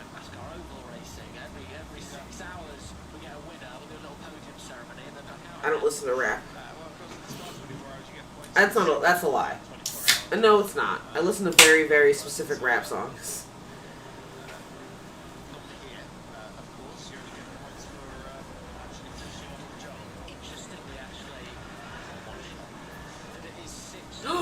That was a good song. You just skipped. Definitely right. Yeah. And my singing is blue. Him. Inside and outside. The window. Blue Corvette. Everything is blue for him and himself. Dude, I was 4 years old jamming to this song. Nobody to listen to. I'm blue, I'm a D, I'm a die, I'm a D. I don't even know the lyrics. I'm pretty sure it's I'm a D, I'm a die. I don't know. Is it not? It's like, I don't know. It's something similar.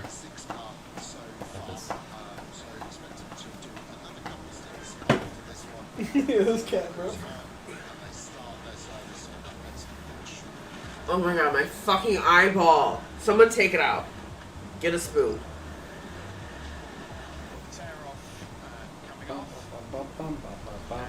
Fuck you, kitty cat. You got a hair in my eye.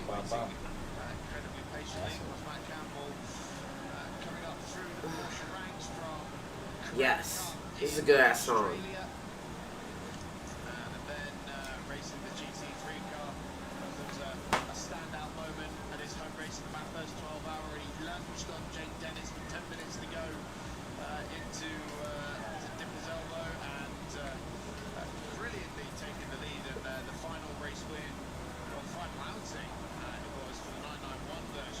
Oh, I got it. Thank God. There's a huge fuzzy in my eyeball.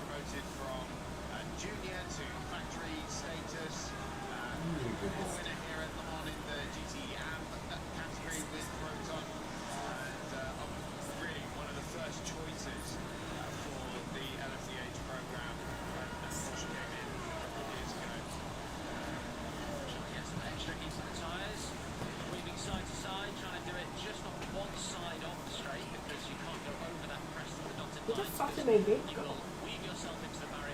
Did I bring it? Oh.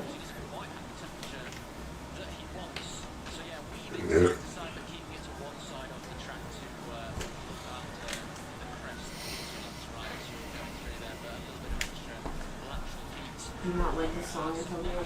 I'm vibing. I just breathe on it sometimes, honestly. So does Kyle, and it gives me massive anxiety, and I think that something's wrong, and I think that he hates me. Right? Mm-hmm.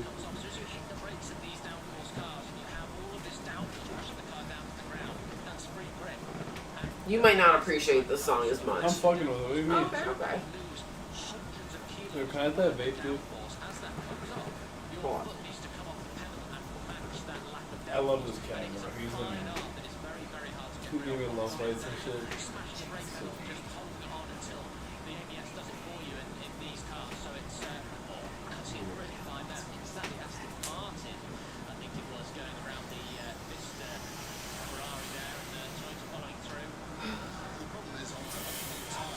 Fucking eyeball.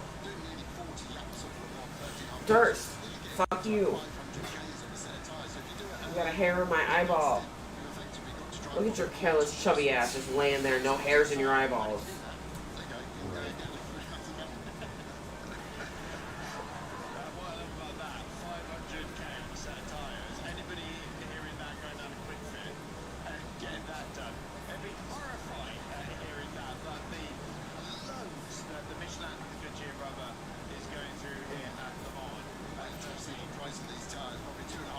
Are they gooning in there without us? Probably. Oh, it's not okay if I say that. It's only okay if you guys do it. Why are you trying to goon, bro? I'm not, but like, I feel unincluded. If you had a dick, you were trying to goon, you fucking faggot. You're gay as hell, bro. No, go away. You put a hair in my eyeball and it hurts. Yo, this chick's from Germany, dude. You hear it? She's from Germany. That's pretty cool.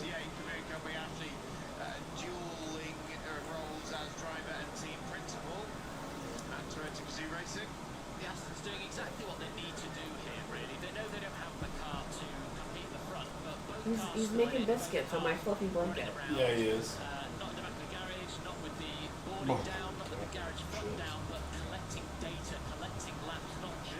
Did I interrupt your biscuits? I'm so sorry.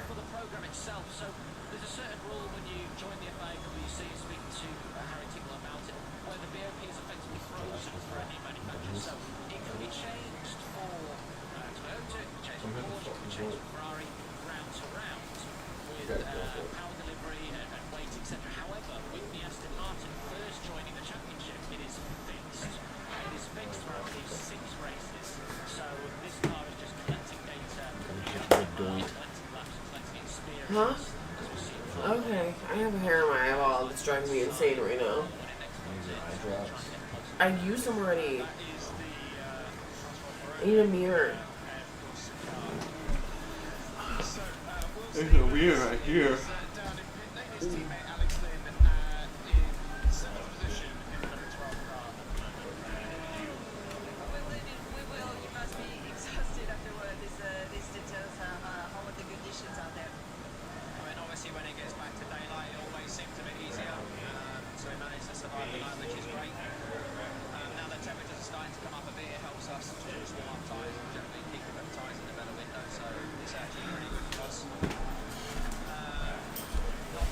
Whoa. Why did Josh just come out taking off his belt? You guys are totally gooning in here.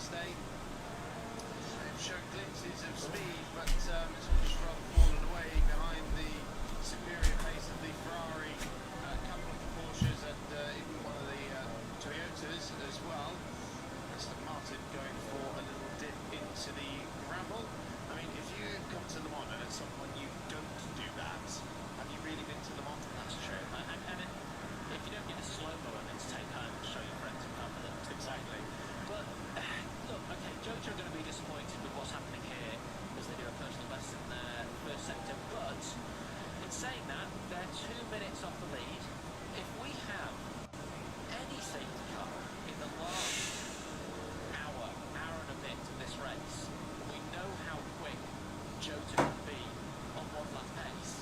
There's not to say that they're out of it. They are 7th and 8th, which is a lot better than it was looking after the first few hours of the race and how they were tumbling down to looking 11th and 12th and 13th at one point.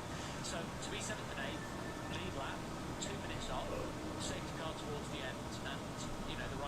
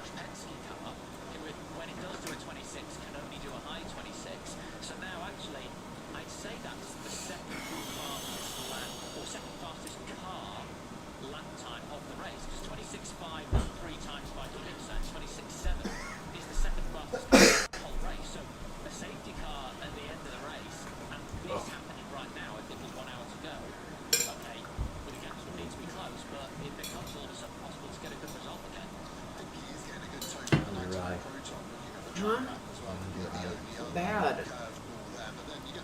There's something in there, but I can't see it. Even if I don't see it, it's blowing my fucking eye.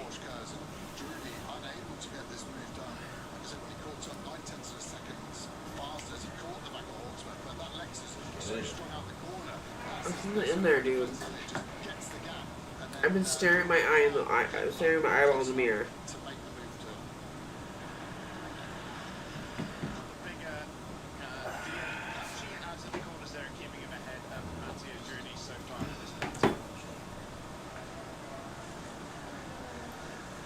Where do you? Over here now. And as we have mentioned, the RCF soon to be departing from competition, and it will be the Right. Toyota machine, which I believe will be the LFR, set to launch this year and make its debut. I don't even know what this realm or whatever the fuck is that I'm on. Spy shots of that car in its Kinda development stupid and phase, dumb. doing a lot of private testing, which I believe Jack Hawksworth has been doing the majority of. I think this might just be, sorry to cut in, Judy's best chance here towards the first chicane. He's going to do a late dive out, and Jack Hawksworth not being... Oh, going back to something that you said literally hours ago, Josh, I don't even know when, but you were like, oh, I didn't know Lexus was racing. It's, I mean, it's technically Toyota, but they just put the Lexus badge on there. Yeah. I guess that makes sense.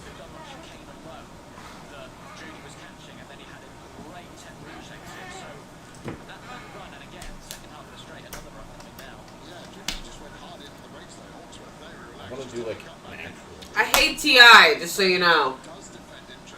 I'm talking to Antonio. He's controlling the 'cause you're music still in my listening ear. to the music? No, he's controlling the music in my ear. The Eliminator. He listens to some weird ass shit. So do I though, so can't really complain. But my eyeball hurts and my tummy hurts.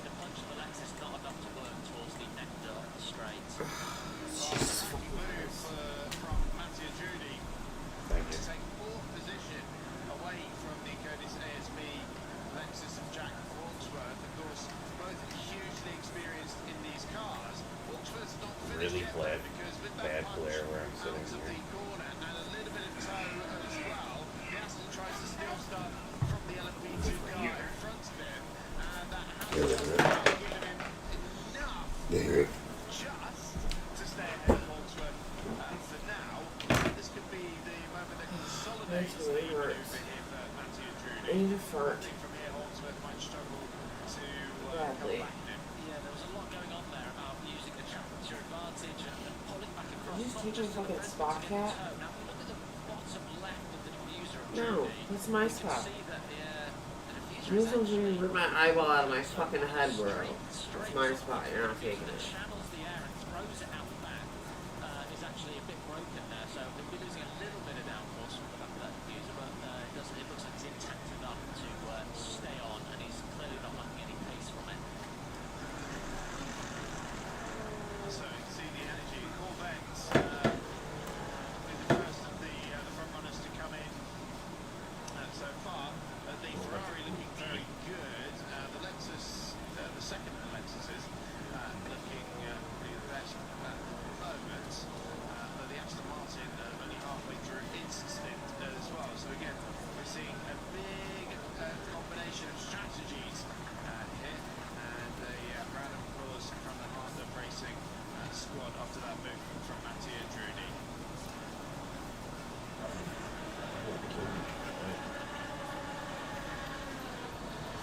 So Drudy up into fourth position then in Did you know this song? No, just because you played it. to the commentary box. What have you spotted and spied out there, Lena? Still looking.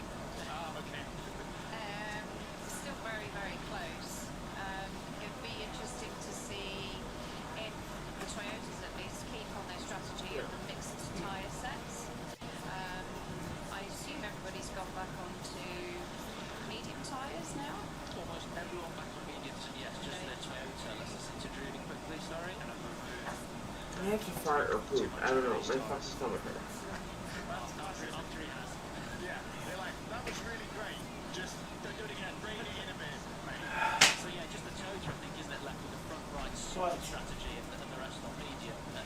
What's your issue, Josh? Yeah. Why are you puffing and puffing? What's happened in the last couple of hours I'm an with old the man. temperature? It has risen Hello, baby. very quickly with the thermal loading from the sun. So definitely getting to a point where in the race we'll be looking at mainly just tyre management and trying to eke out the laps. You should hear what Antonio is making me listen to right now.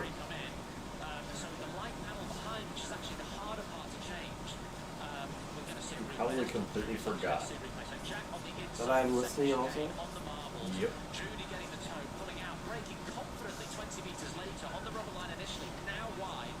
Are you good?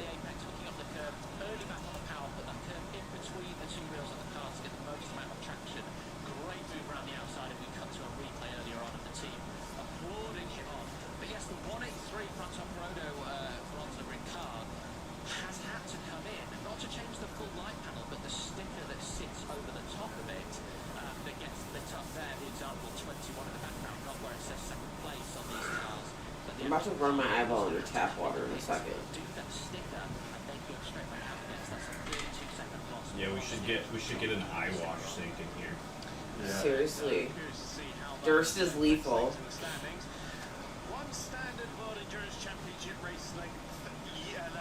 Antonio, what are we doing?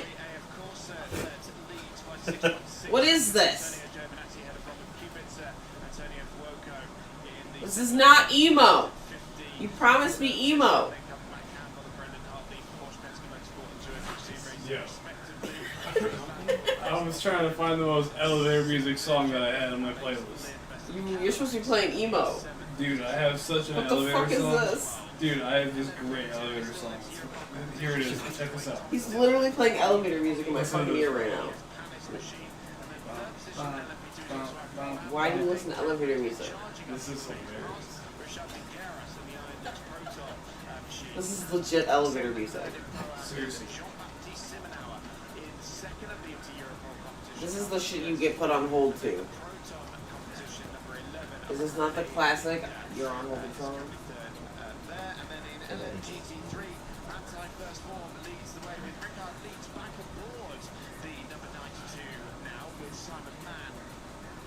attempting to close down the gap in Mr. A, of course, a Ferrari number 21. Mattia Drudi, we saw up to fourth position. He is now chasing after Charlie Eastwood, TF Sports Corvette. So there it is. Porsche, Ferrari, Corvette, Aston Martin and Lexus inside the top 5. Some beautiful slow.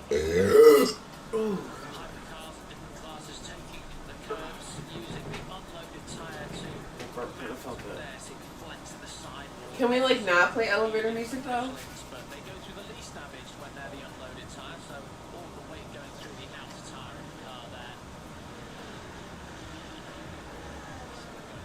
I think I almost ran. Right. I'm done. Go back to my own.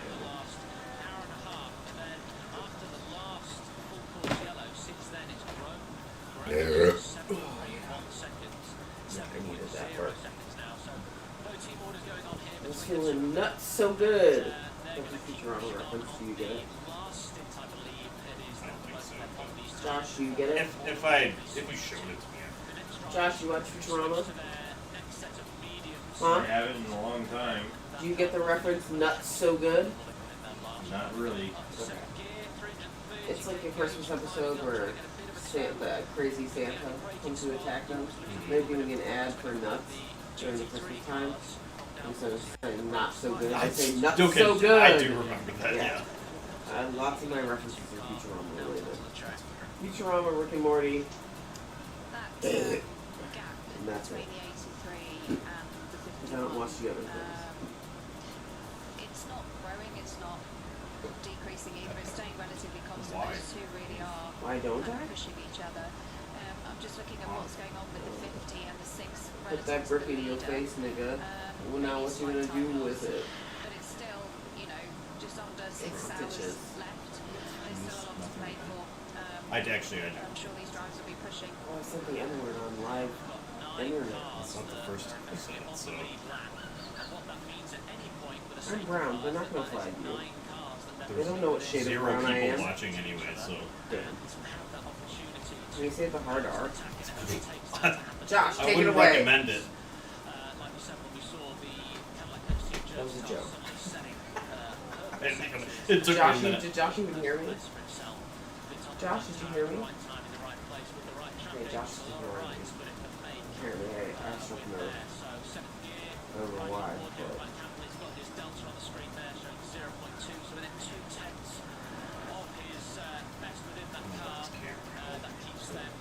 This is why you probably should have brought me home. Apparently, it's going to offend everybody.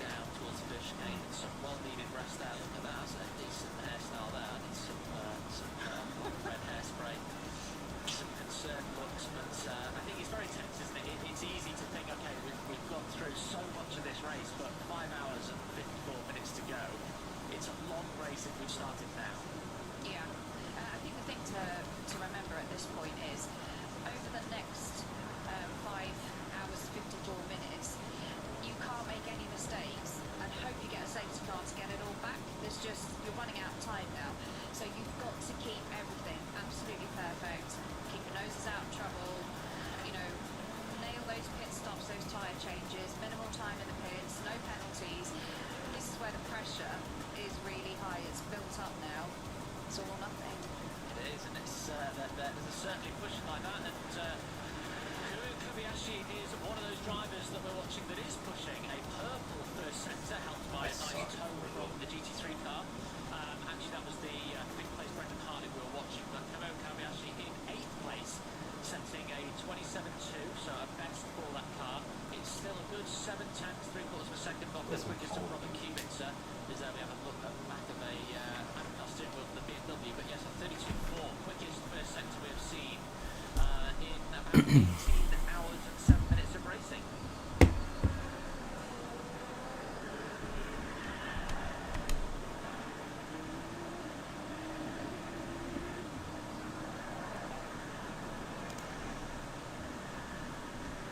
Actually quite a rare look at the back of a steering wheel.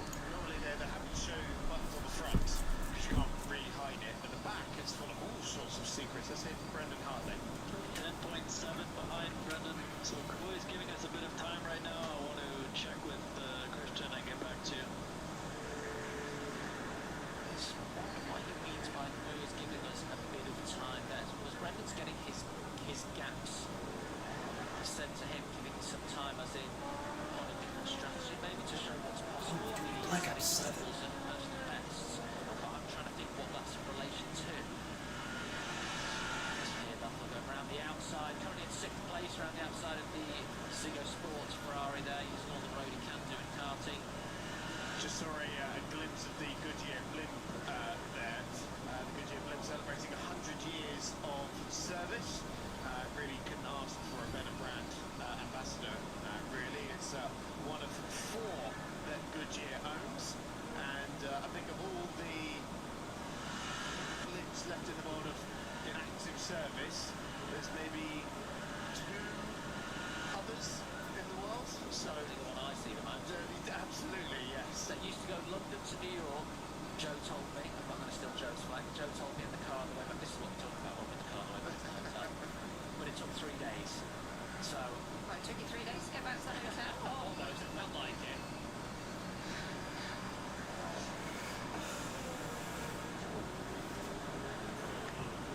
Well, we were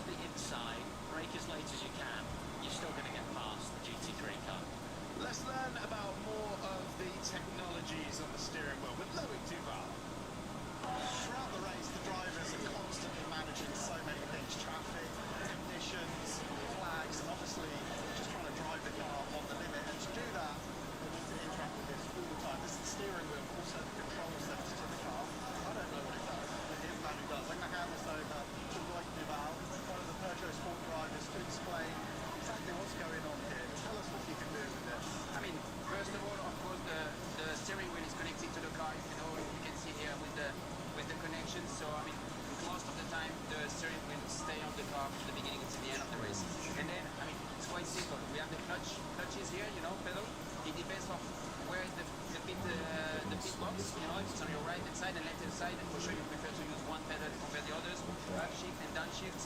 And here you have we call it the boost pedal, but actually, you know, because we are endurance races, we do have some lift and pause at the end of straight line. And sometimes if you see the traffic and you want to overtake, you don't want to lift, then you have to do it manually, you know, to pass that. And this is the flashing to make sure that the cars, you know, can see you when you approach them. A little bit more important, so the front of it, for us, I mean, the pit speed limiter is a few times during the race, of course, the radio system, the brake balance, you know, to go rearward or forward. Then the -1, the +10, this is where we really go into the system, because there is like thousands of options, you know, available. When we go into the systems, that we go up and down on what we want. Of course, this is for the washing the screen. Focus yellow, you know, quite a lot of time now we spend on the focus yellow at 80 kph, especially here in Le Mans. But most of those switches, we are following the engineer's request to make sure that we change them. Most of the time, we don't do it on our own. Each driver can have something different. For example, I always like a little bit more EOB, so less migration, you know, compare my teammates. That's something that we can see a tendency, you know. Brake balance can be also a little bit different. So this is something that most of the drivers, they tune on their own, you know, and they go to the preferred ones. Sometimes during a stint it can happen, like, I don't know, a stint here is going to be 12, 13 laps. It can happen 10 times, you know, that you do different choices. And then, yeah, I mean, it's, of course, we have a lot of time, but still it gets busy, you know, with the traffic ahead and stuff, so you're always happy to have those long straight lines, because when you go to other tracks, it's always more difficult.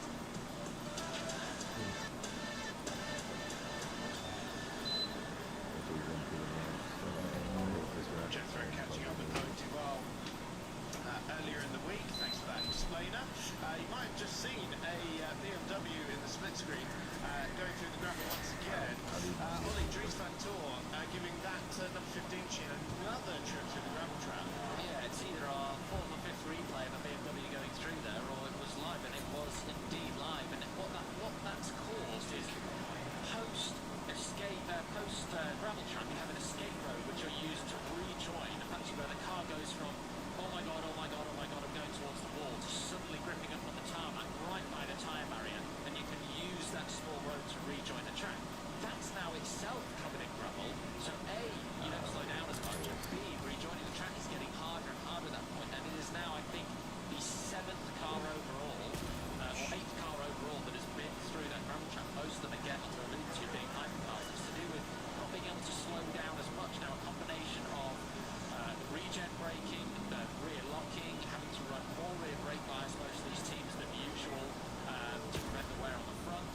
So they're just not quite being able to stop into that corner more than any other corner. So see how many more are going to make that same mistake, and if maybe we next get a full push that we can get that rushed in. As the number 50 darts into the pit lane. This is part of the track. You're still flat out at this point, all the way here until you go down the dip. Then at that change of tarmac, you hit the brakes to the line, down to 60 kph, and you use the testing throughout the week of Le Mans to go as quick as you can through that pit lane entry chicane. It's a little chicane that you only see a few times during the race. Obviously, each time you come into the pits as a driver, you probably only see it about 12 times yourself. So to practice that corner is crucial throughout the week, and you can gain a couple of tenths of lap throughout your 45 minutes in the stint. But then if you can gain a second coming in the pit lane, all the worthwhile. So once again, we've got Ferraris coming in staggered formation with 83 due in on the next lap, and then 55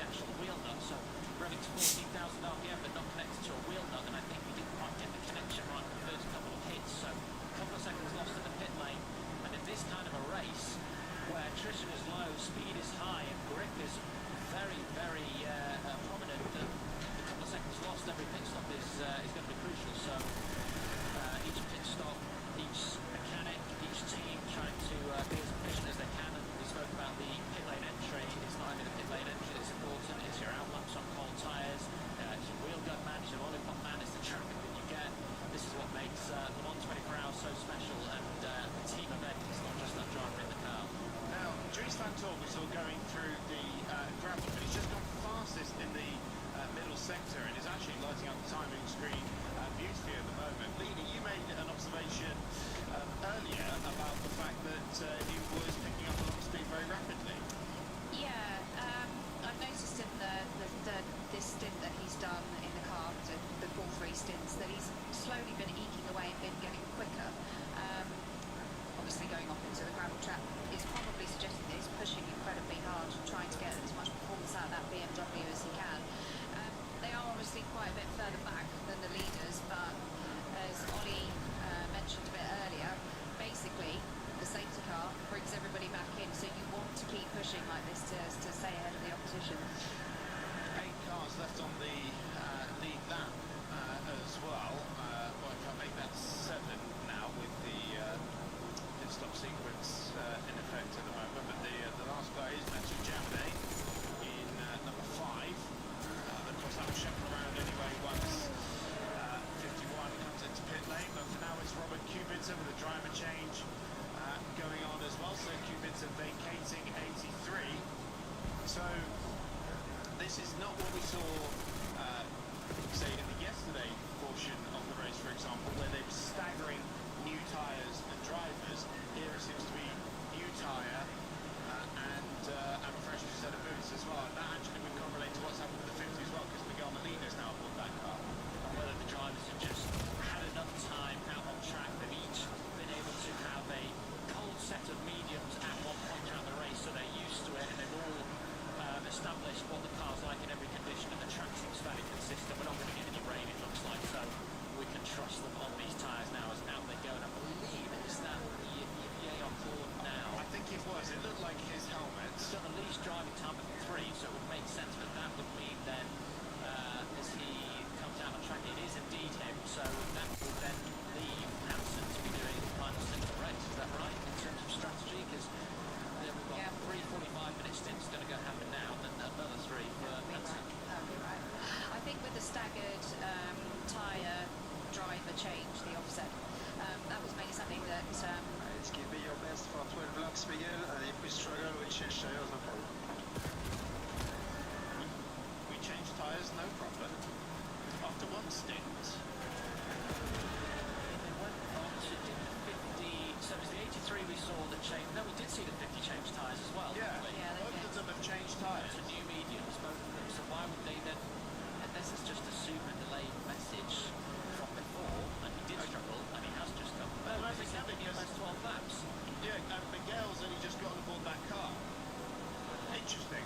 Unless they have, I mean, what we might need to do is have a proper look at, unless they've got enough tyres in hand that they can get away with a flat-out stint here, and then another set for 3 more stints, and then the last set they have for the last 3 stints. That would make sense. So it is Yifei now aboard 83. He's on the outlap, the Ferrari factory driver of that crew. Now in his second year in the A, of course, of Ferrari, having previously raced under the Porsche banner with the customer Jota squad before they made the switch over to Cadillac in his 5th Le Mans 24, and still hoping to realise his dream of being the first Chinese driver to win overall in the 24 hours of Le Mans. On the outside there, Sebastian Bourdais into the Porsche curves. This is my personal favourite section on the track. So fast and so on the limit, and this such a strange corner as you come round towards karting and having to drop down a gear, avoid the inside sausages as much as you can. And here I believe this has got to be the 51, which is the leading car coming into the pit lane. Again, new set of tyres on the side resting. Is there going to be a driver change? There is. So a moulded seat to each driver's body, which sits into the base layer of whoever the largest driver is lucky enough to be.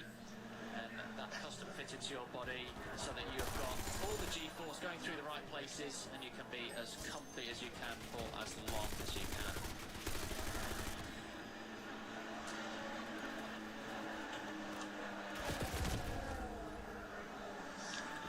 So tyres ready on the side, fuel going in. We can see the wheel gun guys lining up. The air jack's got to go into a very small hole. You see that red cord that comes from the inside of the pit.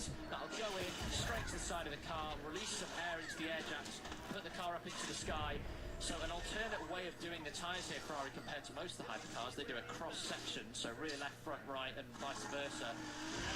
They're wheel spinning the way out. We've decided that's the easiest way to tell if we've missed where the new tyres have gone on, is how much wheel spin there is as it releases the pit limiter and back onto the track now. There's just no time at all, is there, for two people running around there, changing all four corners. Incredible stuff down at Ferrari, and it is Antonio Giovinazzi who's vacated, number 51, Alessandro Pierguidi now trying to get those tyres up to temperature as he makes his way back out onto the racetrack, and we can only assume that he'll be pulling further clear, taking advantage of the hot tyres he had on the previous lap. One of the Porsches having a big look up, it's the number 4 of Pascal Wehrlein. So definitely front right this time, so not the rear like we've seen most times, and that's the second time we've seen it just avoid the gravel traps. Unfortunately, I can't include that on my gravel trap bingo card of how many cars have gone through there, but it definitely seems to be the corner they struggle with the most. I'm just looking at the pit stop times for the 3 Ferraris, and the number 51 car was stationary for 4 seconds less than the 83. Oh, hello, and 1.3 seconds less How are you doing today? I'm than the 50. I'm doing quite They're fine. basically gaining in the pit stops by either being fueling for less time or being able to change tyres. So not only have they gained in the stationary time, but they're also gaining because of they've been running out on hot tyres, and while everyone else was on new cold tyres, they're taking a little bit of that pain now. But everything is just falling into place for 51 at the moment. Oh, it's still a bit early, but yeah. I would say, the only caveat to that I would say is the 50 was the car that had that slope, which cost at least 2 seconds. Okay. And to be fair, actually looking at it, it is 2.3 seconds between the 50 and the 51. So that would make sense that they actually would have been about as quick as the 51. But the 83 did actually have a slow stop. That is alarming. 4 seconds slower, and bearing in mind the toing and froing of team orders that has been between 51 and 83 for what feels like the majority of the race. Well, they can't afford to be throwing away 4 seconds at a pit stop like that to the worst Point team. blank to the The amount of effort that goes into finding 4 seconds on track, both the team and the driver, especially when we look how long were we commentating on that catch-up battle with Robert Kubica, 2 tenths here, 3 tenths there for about an hour and a half. Hit more. I can assume that was Sebastian Bourdais saying his car's shaking like a tree. Very vivid analogy there from the Le Mans-based driver.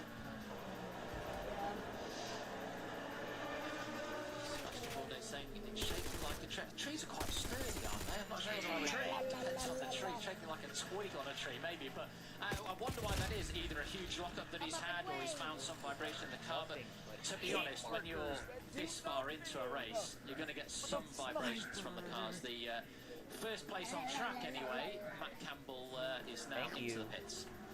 So Matt Campbell coming in. Right, Robert Kubica had a lot to say on the radio in the team orders debate between himself and the works team. Let's see what he's got to say down in pit lane.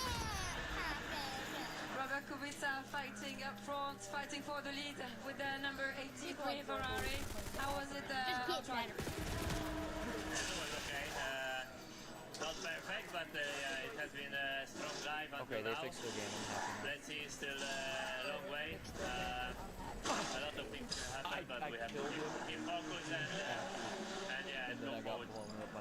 Fighting with both factory Ferraris, can you expect some team orders or some kind of messages coming from factory team? I think they have been already. Thank you, Robert. What kind of messages? Nothing. We try to help each other, and we helped 51, but 51 is ignoring.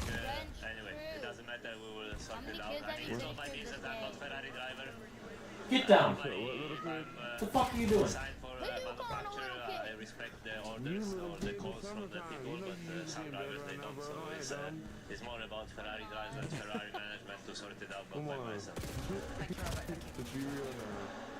So what's up, Luigi? Well, Robert's not mincing his words there, is he, Ollie? How many kids have you finished in this match? Yeah, he's got a fair point. He's I'm not a factory driver. I'm in the customer car. So why am I getting these radio messages? I've finished with 3 people. We're at the point now. I mean, Robert's at the point at 23 and a half. That's what he's going to do. He wants to do anyway. He wants to drive as quick as he can. He wants to do a little about 24 hours. That 83 car's been in position quite a few times where it could have done better than where it actually ended up finishing. And now they see the biggest race in motorsport, the endurance ahead of them, and the potential to lift that trophy high and take it away from the 3-times winner. Ferrari to, I guess, Ferrari would win, but they wouldn't get the 3-times win in a row to be able to take the trophy home. So if it's a yellow car that's lifting that trophy, it's selfishly for those three, that's all they care about. You know, they want to make sure that the paper's going their way and not the factory driver's way. So after that latest round of pit stops, it's now 15 seconds the advantage for Alessandro Pierguidi at 51 over 83. Ifeye and Miguel Molina a further 20 seconds back in number 50. Kevin S has just emerged back out onto the racetrack in the number 6, so they went 13 laps. I believe, as was the plan and has been the trend over the last few laps, few stints, I should say, in that number 6 machine. So on board here with Ifeye blasting down towards Indianapolis. As I say, trying to become the first Chinese driver to win overall the Le Mans 24 hours. It was a big step up. That's because we have this thing from memorized LMP2 from competition beta. to join the maybe this Porsche is ranks, first ever time being placed in the GT3R in the Asian Hot Series, but the primary program was to be part of the Which I think it's called Porsche Scud. 963 crew. Building exchange there between Robert Kubica and a member of the of course, Sport, and I'm sure that no feelings were harmed in that conversation. Yeah, that was Phil Hansen there chatting to Robin, and Phil looking quite casual there with his casuals on, and Robert taking his suit off a little bit halfway upstairs, probably still thinking about those radio messages replaying in his mind. Hopefully not This to is get right any as I more was from saying. each other. Be able to stay awake the whole time. They don't have that message coming through. I got another kill 13th right place, after. making his way through. Pretty much already been awake for 24 hours. And it's incredible. At 210 kph here, Like braking 30 down minutes. to first gear, and this is normally actually where the cars would struggle the most with the braking. The least amount of downforce, the slippiest part of the track, the bumpiest part under braking. So for all the issues to be out of the second chicane gravel trap is actually quite surprising because there's less runoff there. My brain feels fine, but I feel like super fucking heavy and like I can't move. 2006. Yeah. That is the most because it's the quickest car and it's overtaking the slower categories. Somebody 7,000 invited for me the to a LP2s and party. GT3s. And then less guy I received play with, but 4 track limit warnings on the last lap. Over the different categories, 2 for Hypercar, 1 for LP2 and 1 for GT3. Lena Loic as a driver, you must know I was gonna from his time buy fucking at Audi Sports melatonin or something to try to like stay sleeping longer last night. And I just totally forgot to do it. One of his Madden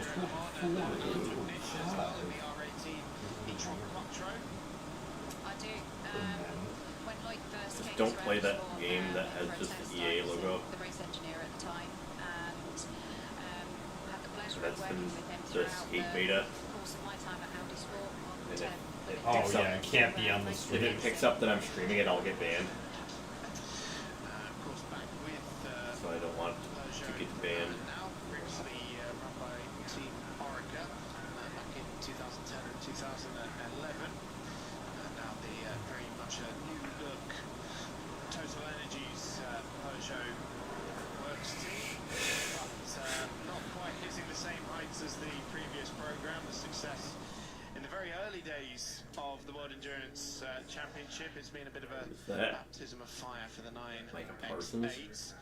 Right, Aston Martin on the grass. What the fuck is going on there? The Armco barriers, the 007 All right. machine spending so much time on the grass there. So that is Tom Gamble trying to Guessing clear he the didn't GT traffic. know that guy wasn't next to him, and he just was like, fuck, can't go in. With his right hand Or it was just pulling him in. on the grass and, well, Yeah, I think he was like trying to avoid the guy because he was coming up on him and he got hit in the grass and just So yeah, very close indeed.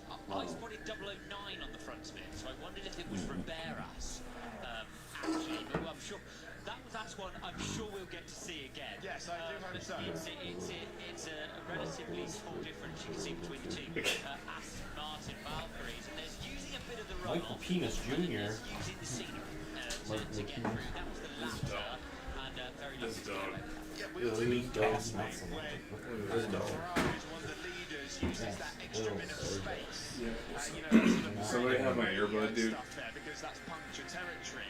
To go even further beyond onto the grass as well. Do you have my other earbud? Extraordinary bravery. I did think it was Tom Gamble there, but it might have been Alex Riberas.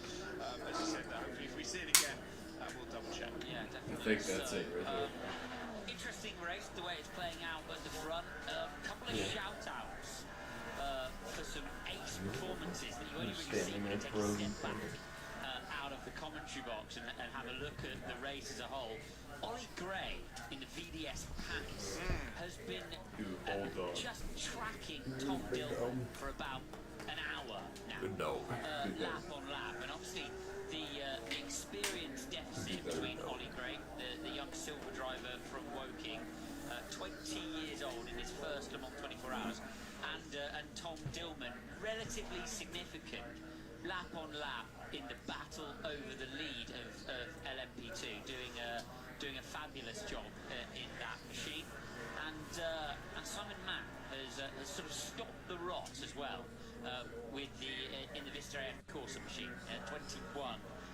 With Leeds doing a bit of a superhuman stint through this phase of the race, in and out of that car. So he's been in and out of it a couple of times. Let's see if we can see any grass along the outside of the 007. Well, Kendrick Bourne is my best receiver. It's pretty exciting. Aren't they both? In any case, that was almost. Would a Valkyrie be the most expensive repair in the field? I think it probably might be. I think Ferrari's going to have their number on that one. 499p may well be the biggest uplift on part supply, mightn't it? Yes. I do just want to pick up on the Ollie Gray one as well. Not just his Le Mans debut, only his second year in prototype racing as well in the European Le Mans Series.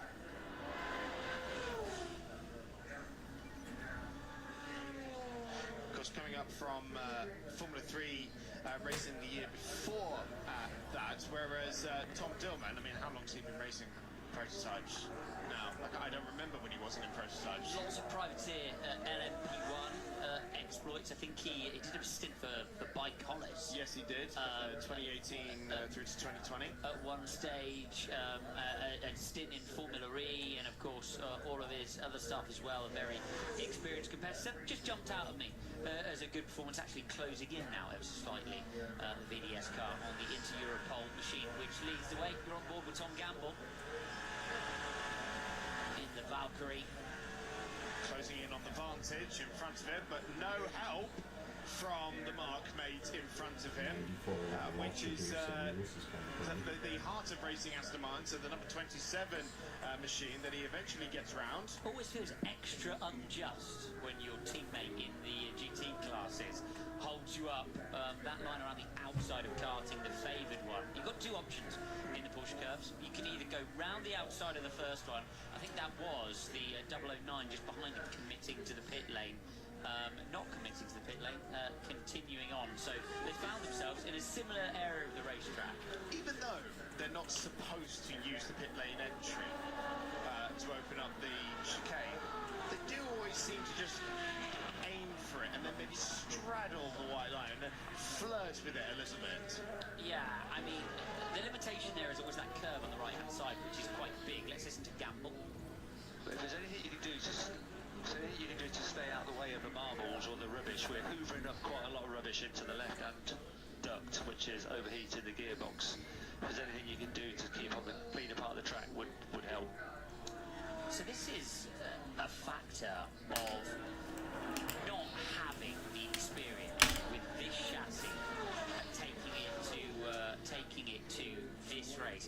great chat a couple of weeks ago with Christian Hertrich, who's heading up Ford's engine department for their incoming LMDH car, and he said that they use a lot of historical data, and I'm sure you did too, Lena, to understand exactly how much detritus you pick up over a Le Mans event, and then you build it in to your cooling apparatus, an assumption that you will lose a certain percentage of the cooling as the race continues. Yeah, there's certain parts of the car that you just can't clean. So often when you watch the pit stops, you'll see somebody going around. Obviously the windscreen gets cleaned, but the main parts of the bodywork, which is sensitive to downforce, also get cleaned. But things like the ducts, where you can't get your hand in to pull everything out, they're going to build up, and so you have to make sure that you're able to run with X percentage of your cooling blocked off. It makes a big difference, because obviously if you can try and keep your engine as cool as possible, you're going to gain performance there. In fact, quite a lot of components, to be honest. You don't want anything overheating. Tom Gamble. Oh, sorry, go on. All I was going to say is Le Mans is really quite unique, because the amount that you pick up, you only ever really see it at the track at the time. It's painful for the driver, that one, because you always start the race thinking, why aren't all these brake ducts blanked to give me half a chance on the early laps? Why is everything running so cold? I'm not sure if I can keep the Porsche behind then, you know. Yeah, we've had that discussion, but do your best for stage 2. Franz defending his position from the number 5 Porsche. Then by the time you get to this stage of the race, you're like, why have I got brake fade? Why is everything so hot? Completely forgetting, of course, the complaints you had in the first stint, because that's Lena's problem. Well, Tom Campbell, who did receive that message about the radiators, one of the younger drivers in the field at 23 years old, but has raced during both GTE machinery and in LMP2 his first year in the top class. Don't forget, the Tour de France is live on TNT Sports. Every single stage starts on Saturday the 5th of July. Every stage live here on TNT Sports. You don't want to miss that. So Ollie Gray coming into pit lane from the lead in LMP2 and getting a fresh set of boots for that number 48 VDS Panic Racing machine as well. Did we see a driver change there at any point? No, they look to be performing the strategy we've seen for several teams, where they fit the new tyre, leaving the driver in, and offset the driver with the tyre to give the best possible chance to get the tyre up to speed quickly with the driver who already knows the nature of the racetrack. So the downside of that is you end up doing fuel-only driver changes, which puts your drivers under pressure in terms of how quickly they can get in and out of the car. Fuel in an LMP2 car is around 30 seconds, so you should be able to do it within that time, but it does make life a little bit more difficult. That's why you practice driver changes, Alex. Fastest ever driver change sequence was historical IMSA racing, where fuel tyres and driver used to happen at the same time. 13 seconds is the record I ever got down to with Klaus Graf and Lucas Luhr. I was the only one with an insert. They didn't like my insert. They wanted me to drive with Klaus Graf seemed to make it even faster. He used to stand basically on top of the airbox and put my shoulder straps on. My ultimate team's actually kind of decent. Which was good. I stood there practicing for hours on end. Anyway, on with the show. VS Panic comes out. It's off sequence with Tom Dillman in the only people that play online are people that Tom put like Dillman hundreds of dollars in the game. running a tiny bit longer, which could pay dividends at the end of the race. That certainly could. We've been thoroughly enjoying this Inter-Europol and VDS Panic Racing battle over the course of the last 18 hours or so. For a moment it looked like Inter-Europol was just running away with it, but VDS has really brought this back. Still Ironlinks Proton third in the category stats with Michel Figueras, the gold rated driver, very nearly a lap down on the top two, in fact. Although actually that's on an outlap, so I think that gap might have been somewhat misleading because it's just updated. So a minute and 50 behind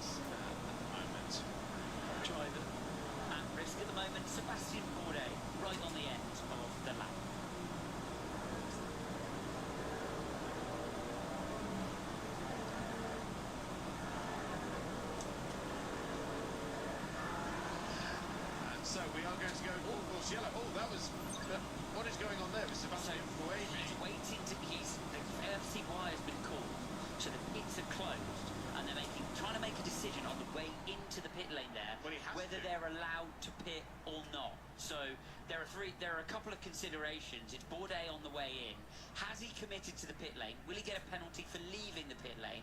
And then secondarily, will he get a penalty for the full course yellow being out before he's crossed the safety car line, which is the pit commit limit? So this is to collect debris at Marshall Post 25, which is Indianapolis. There are double wave yellows at the subsequent posts through Arnage as well. Yeah, sorry, Chris. Important moment for Jota here. It's going to be interesting to see what they decide to do. So Bourdais committed to the pit lane. They've called him in. Then they've thrown a full course yellow, and the team are not sure, and Bourdais is not sure whether he's made it in or he hasn't made it in before the full course yellow is called. And at that point, he's only allowed to put 8 seconds of fuel in the car. Look, you can see it counting down. And at that point, he's decided he's made it in. It was super, super close. But also, had he continued left, then not a minute later, he'd have been out of fuel and out of the race. I mean, he would have been running on a different map, which would have saved a little bit of fuel, but he was at the 12 laps, so he was meant to be coming in that lap. That's a little bit of unfortunate luck there, I guess. Yeah, so there's a lot going on there for Bourdais. He has to come in. Interesting will be how long that stop actually is for him. Very, very short. 46 seconds. Bourdais already out of the pit lane, so they put emergency fuel, unfortunately, I believe, in that 38 Jota, meaning he will have to pit again, I believe, in order to actually fill that car up. So, bit of a disaster. Just plain unfortunate. And there you can see, look, on the left-hand side, 38 Cadillac has only received 25% energy, so that's your 8-second fill. He'll have to be in again to fill it. Yeah, so that's emergency service, and as you rightly say, he'll have to come back in. We have got green flags waving across the circuit once again, so a very quick retrieval of whatever that debris was down at Indianapolis. Leader of the LMP2 race makes his way into Mulsanne corner. Still Tom Dillman behind the wheel. It's Esteban Masson who's picked up the wheel of the 48 car. So that driver change was done before we joined the car formerly driven by Ollie Gray down in the pit lane. And let's see what Masson can do about the gap ahead. He is a gold-rated driver, has started Le Mans once in LMGT3, his first start in an LMP2 car. So it is 43 leading one of the United Autosports car at the moment, but very much got a lap over those cars. So Tom Dillman continues to lead.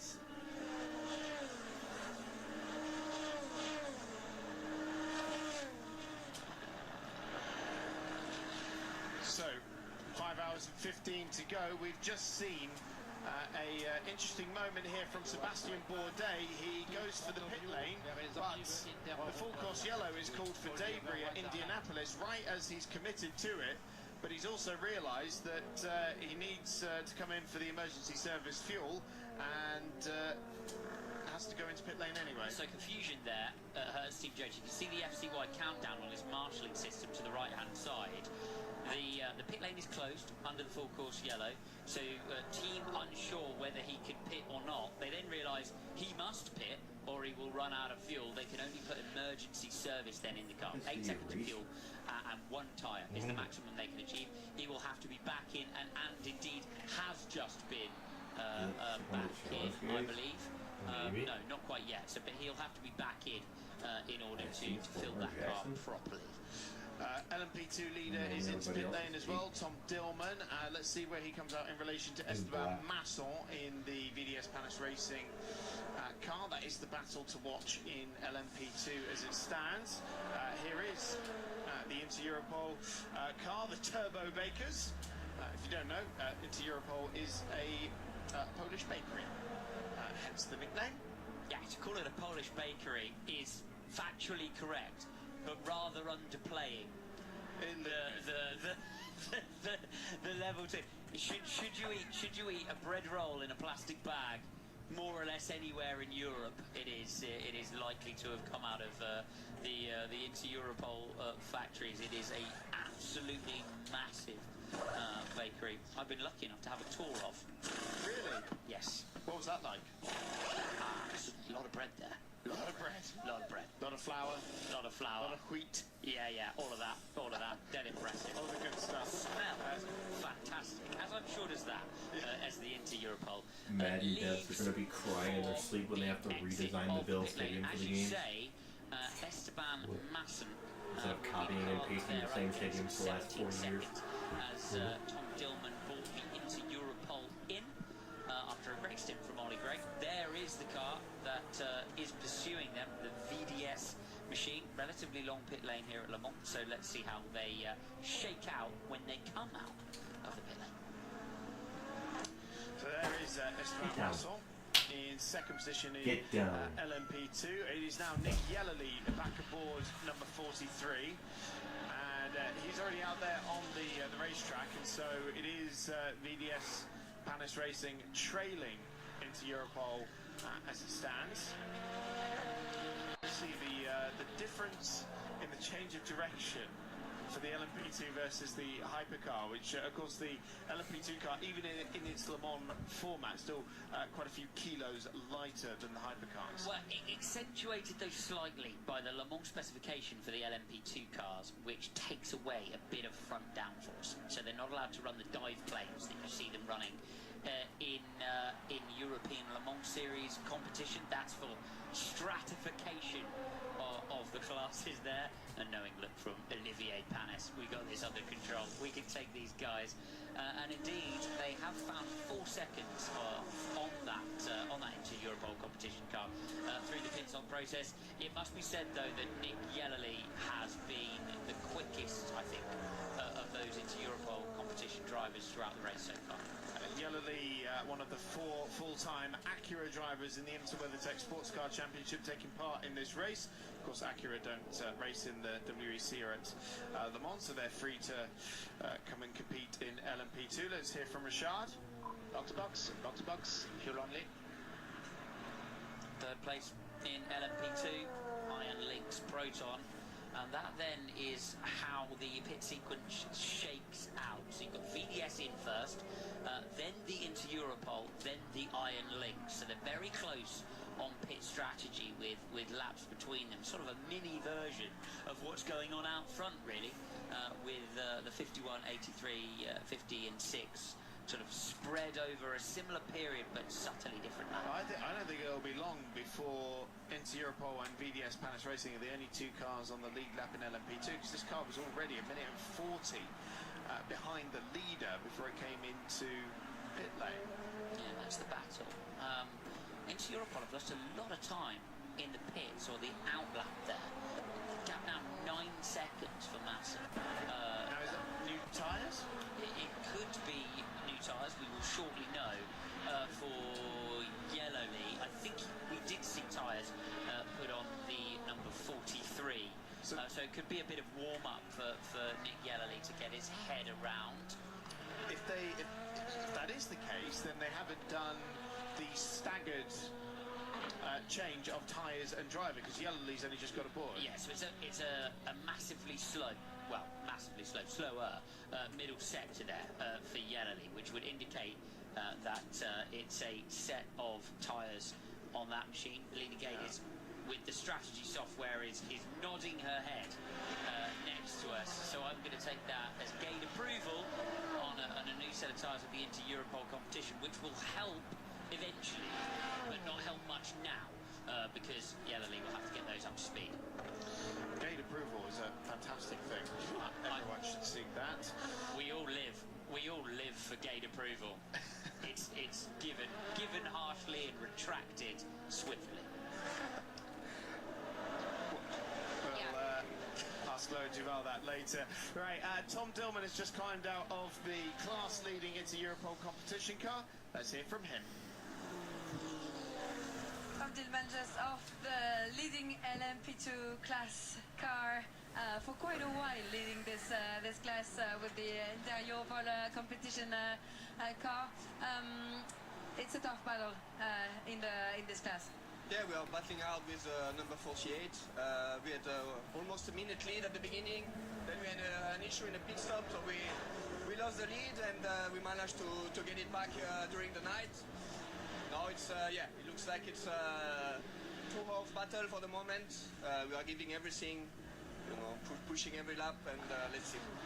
5 hours is still a long way to go. Do the conditions, the day light conditions now fit your car?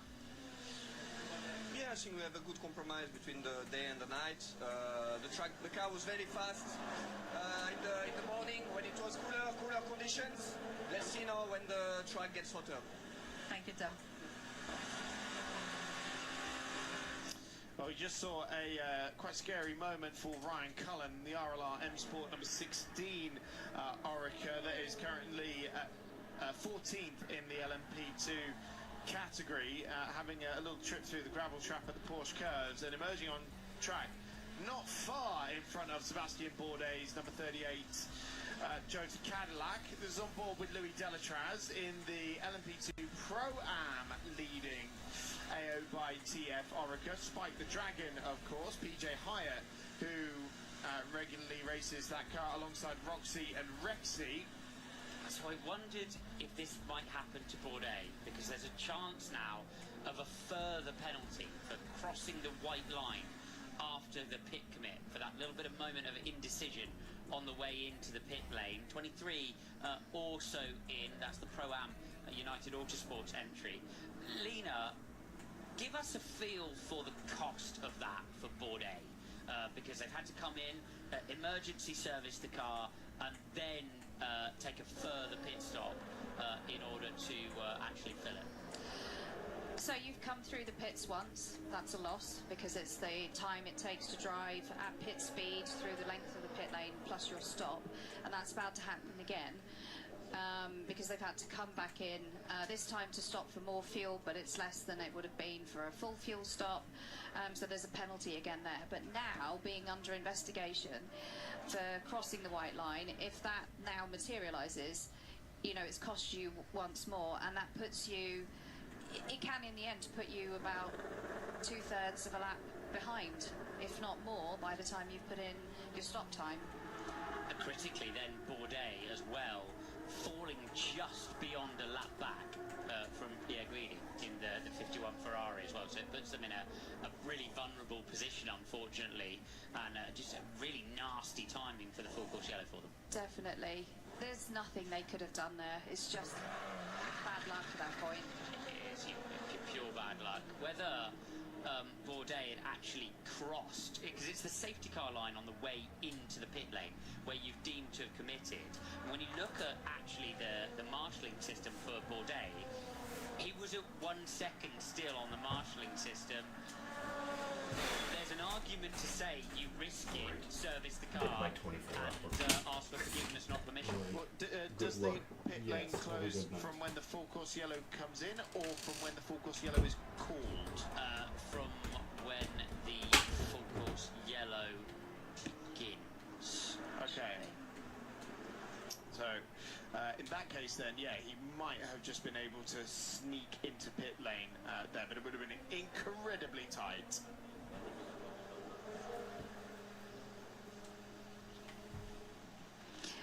At that instant, it would be driver reaction to what they see, and he would have thought, okay, I've seen that, I know I shouldn't be coming in, because he will know the rules. This is Sebastian Bourdais. However, has that now cost them even more with the indecision of going out, crossing the white line? In the end, it is what it is now, right? Every so often in endurance racing, it just comes and slaps you in the face for no reason, and you just have to deal with that. And the race just comes and finds you, bullies you a bit, and then leaves you alone for a while, and that's just what's happened to the 38. Right, the top two in LMGT3 have come in. Manthey first form. The class-leading 92 Porsche has been handed over to Ricardo Pera from Ricardo Lietz. Richie Lietz, I should say. And Alessio Rivera now aboard the Vista AF Corsa Ferrari number 21. Happy Sunday morning to you. Yeah, exactly. interestingly, that again we're seeing a difference in how they're utilising the drivers. Vista A, of course, with their quickest driver in, and Manthey with their silver class driver in at the moment. So although there is some time between them at the moment, that could close up. So this is what we saw earlier on when we had Hira versus Leeds. And so this, what you try and do as the pro driver in this scenario is log how much time has been lost by your amateur driver and at least negate the loss. So they were absolutely together, these two cars.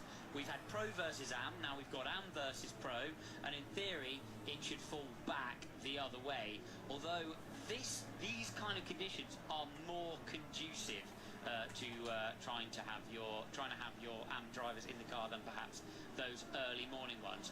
We should also mention that Ricardo Pera is not, although sort of noted as one of the amateur drivers in that lineup, started Le Mans 5 times and is a capable pilot, so won't be quite in the same position as a bronze driver might be.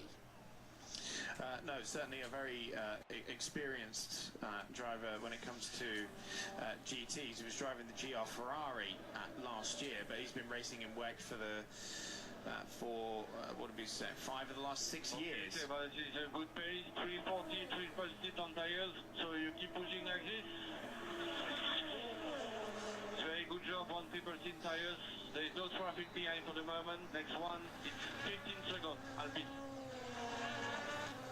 So just giving him a bit of an idea where he needs to be in terms of lap speed. That'll be an average lap over the stint. So a good peak lap in an LMP2 car right now is a 3:38. So if you can go and with all of the nastier laps where you're doing up in the 341s, if you can average a 340, it's a good effort. Miguel Molina is the first of the round of pit stops that we expect from the hypercars. He makes his way in, which will lead to a cascade of the remaining hypercars. 12 laps achieved this time around for Miguel Molina. Next man in will be Yifei in the 83 car. And the cycle that we're getting used to now between these leading Ferraris, relatively stable and static at the front. Porsche number 6. Since the early days of this morning's running, has managed to stay with the leading Ferraris. Well, we've been checking in with the GT3 battle. Let's go down to the pit lane, check in with Richard Leeds. Richard Leeds leading the GT3 class here at Le Mans for I don't know how many times, but it's your 19th time here at Le Mans. Already 5 wins under your belt, and maybe another one today. Well, yes, I'm old, you're right. But at the moment it looks good. What we have seen so far is we need a green race. So our advantage is a bit the tire deck, and also all 3 drivers performed quite good so far. So we hope for no safety car. We hope for a green 5 hours and 3 minutes. And then if we are the lucky ones, yes, for sure we are happy. But at the moment it's still a lot of work. You've been really successful in your career. Do you keep enjoying driving here at Le Mans? Yeah, when I come to Le Mans, it's like feeling like coming home. So I have, I think, 2 places in my life where I feel home. It's where I live and here. Thank you, Richie. Have a nice end of the race. Thank you. Richard Leeds putting in a fab performance in the 92 Manthey first form Porsche, currently leading the class with about a minute gap back in this cycle to Alessio Rovera. That's gap on the road with both the most recent stops done. Race you're looking at, Antonio Felix da Costa returning to Le Mans this year after gaining permission from his Formula E enterprise to undertake the race again. Was a stalwart of Jota's LMP2 program over many years. They're very much their anchor man, but his Formula E exploits have taken priority. Yefei on pit road in the 83, yellow down at Marshall's post 30, and as Yefei stops in the box on cue, we welcome Ben Constanturas back to the box. Good morning. Good morning. Morning. Great to be back here. Great to be back in Le Mans. Beautiful day.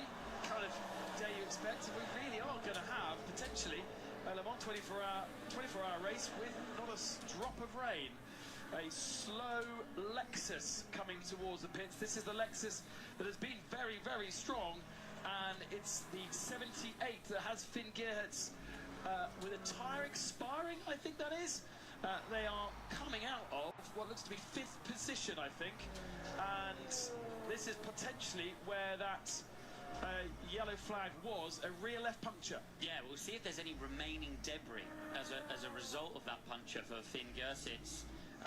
But yeah, a real shame for that. Lexus has been running really, really well throughout the race so far. Was up in 4th position, has dropped away, and it's done quite a lot of damage there, look, to the rear left-hand side of the car. It's not a puncture, that's why. It's suspension failure, isn't it? Failure. It's more than that, because he's hit something at the front, the front arch there, so he's had big contact, side-on contact with something. Oh, and the car falls off its jacks as well. So it doesn't get the dolly jacks under that car.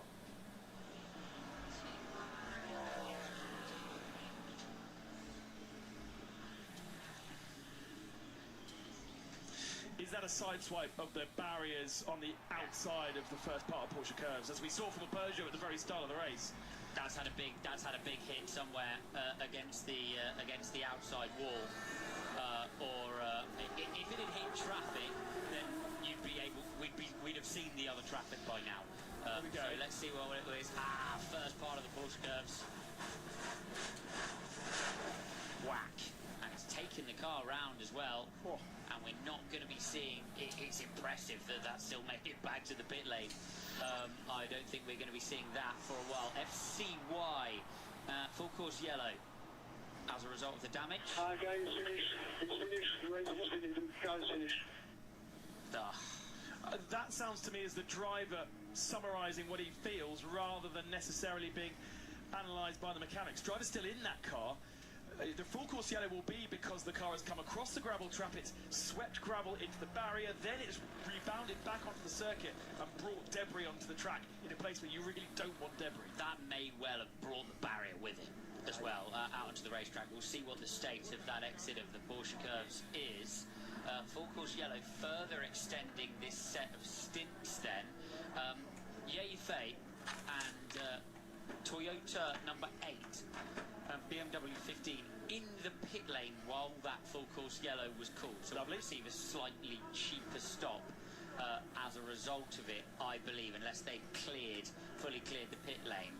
So it won't hurt, and the other reason why it won't hurt is the tyre warm-up they get to do under full course yellow conditions, and it equalises with the rest of the field. So definitely beneficial to be in the pit lane when the FCY is out. Full course yellow generally has a directive from the sporting regulations this year called for a single lap slowdown. They won't use a full course yellow if they need to do multiple laps worth of repairs to any barriers or anything. So presumably race control can see that the barrier is not damaged, which is a surprise to be fair, and they're just clearing up a bit of gravel. And in fact, yes, full course yellow will end in approximately 30 seconds time. We switch out one of our experts for another and welcome back Tom Christensen to the commentary box. Tom, how are we feeling this morning? Good, we're feeling good. I mean, we actually, what I went into here was to have said it has been quite a clean night, and it has been, everyone has performed really well, and then we see a little bit of people probably overestimating a little bit what grip they have underneath them, and we see a few mistakes which has big consequences. This feels like an intense Le Mans 24 hours. It feels like relentless pace, what with the pit stops every 40 odd minutes and not very many pauses for long barrier repairs or anything like that. There's been very little. Yeah, there's no doubt that the way, I mean, look, they have had similar conditions. The track is just getting better since last Sunday, so they get an enormous amount of track time, and the teams are running very, very efficient, operational too. So generally, they will cover a big distance when we get to 4 p.m.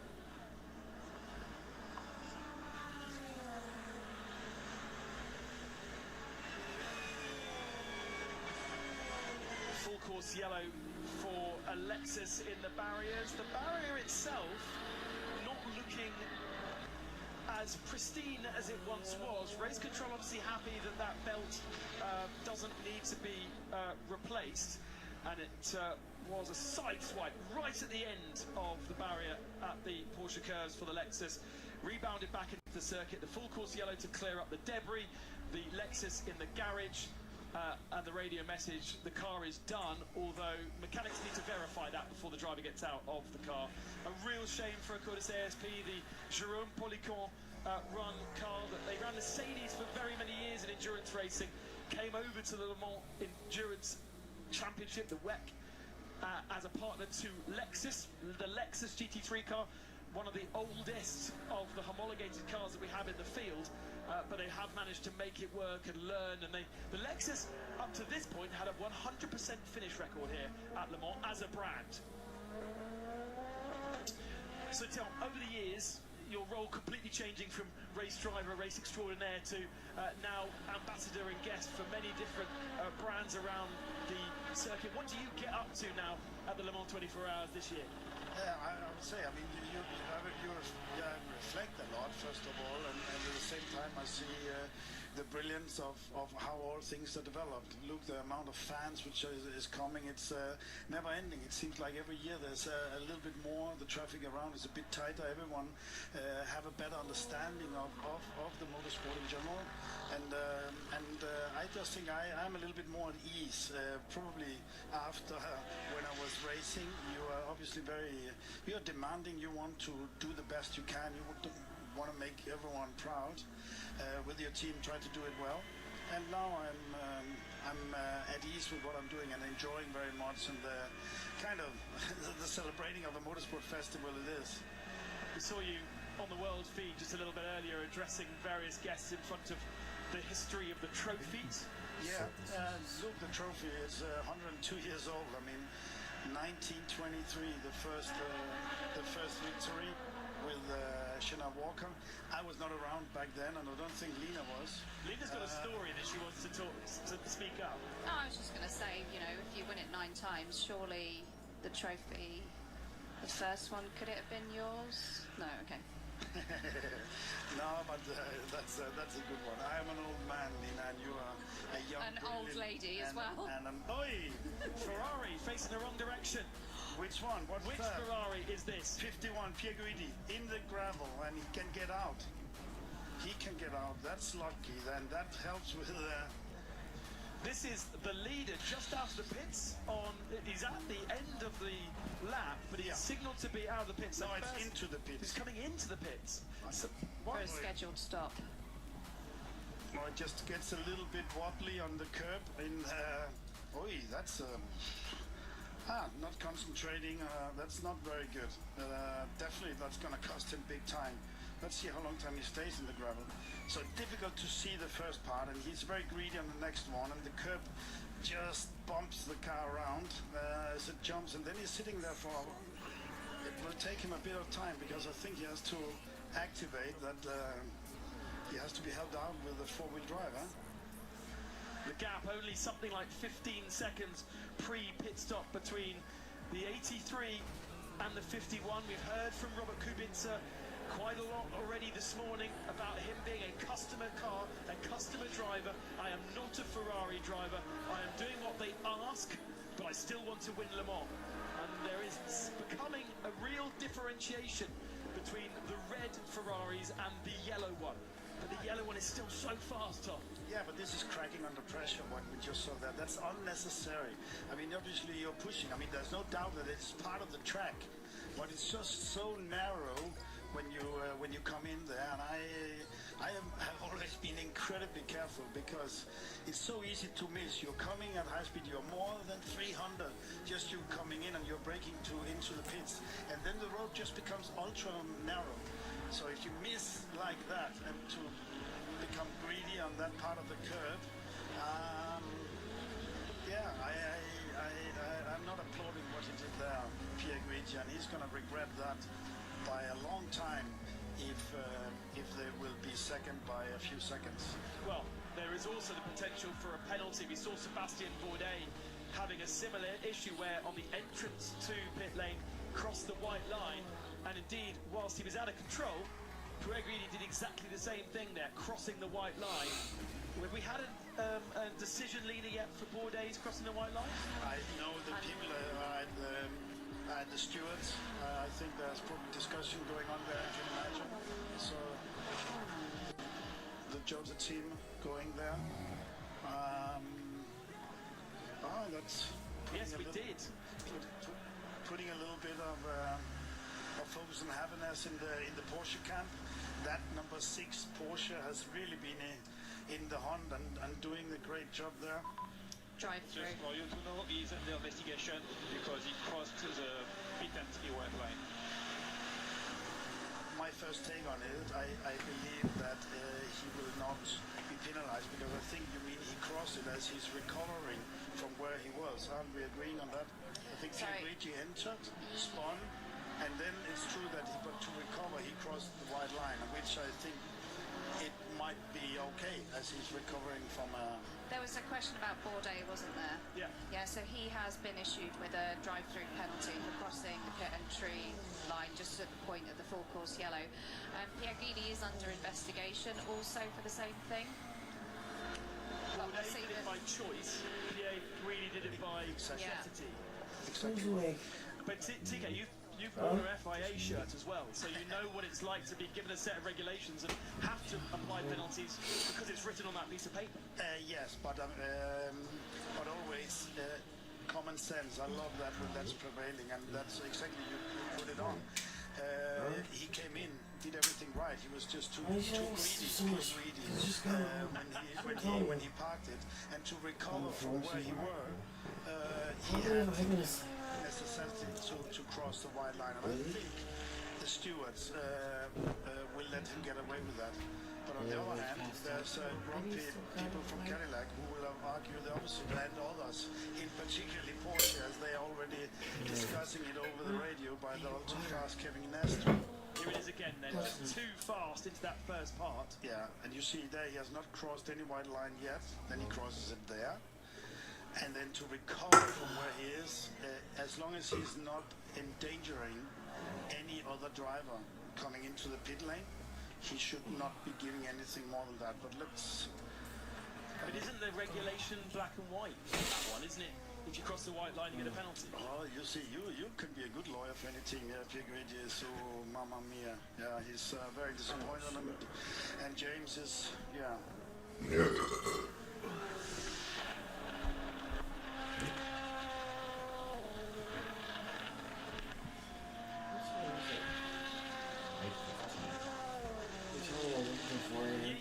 Leads this motor race 20 seconds ahead of Miguel Molina in the number 50.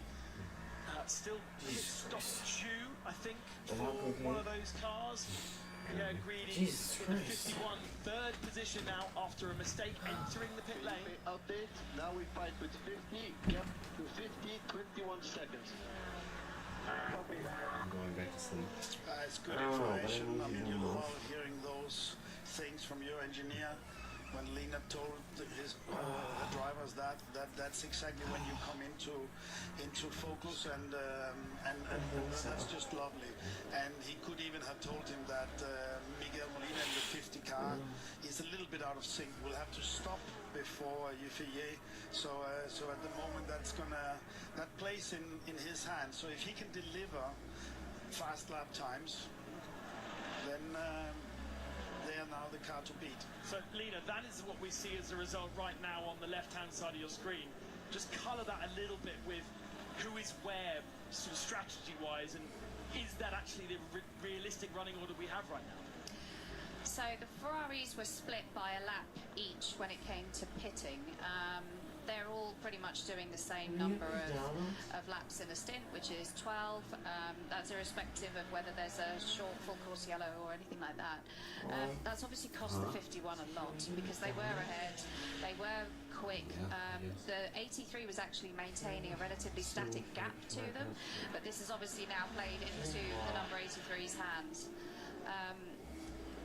Certainly an advantage for them. It's really unfortunate that hitting the curb like that and then just being spun round. It would be really, really unfortunate if they end up with a penalty for that. For being slightly a passenger, okay, admittedly you could say maybe didn't need to come in that hot, but it's circumstance. The 50 Ferrari seems fastest at the moment, but as well the Porsche 6. Tell us a little bit about that, Lena. I mean, before you do, yeah, we're going to go down to another of your adversaries.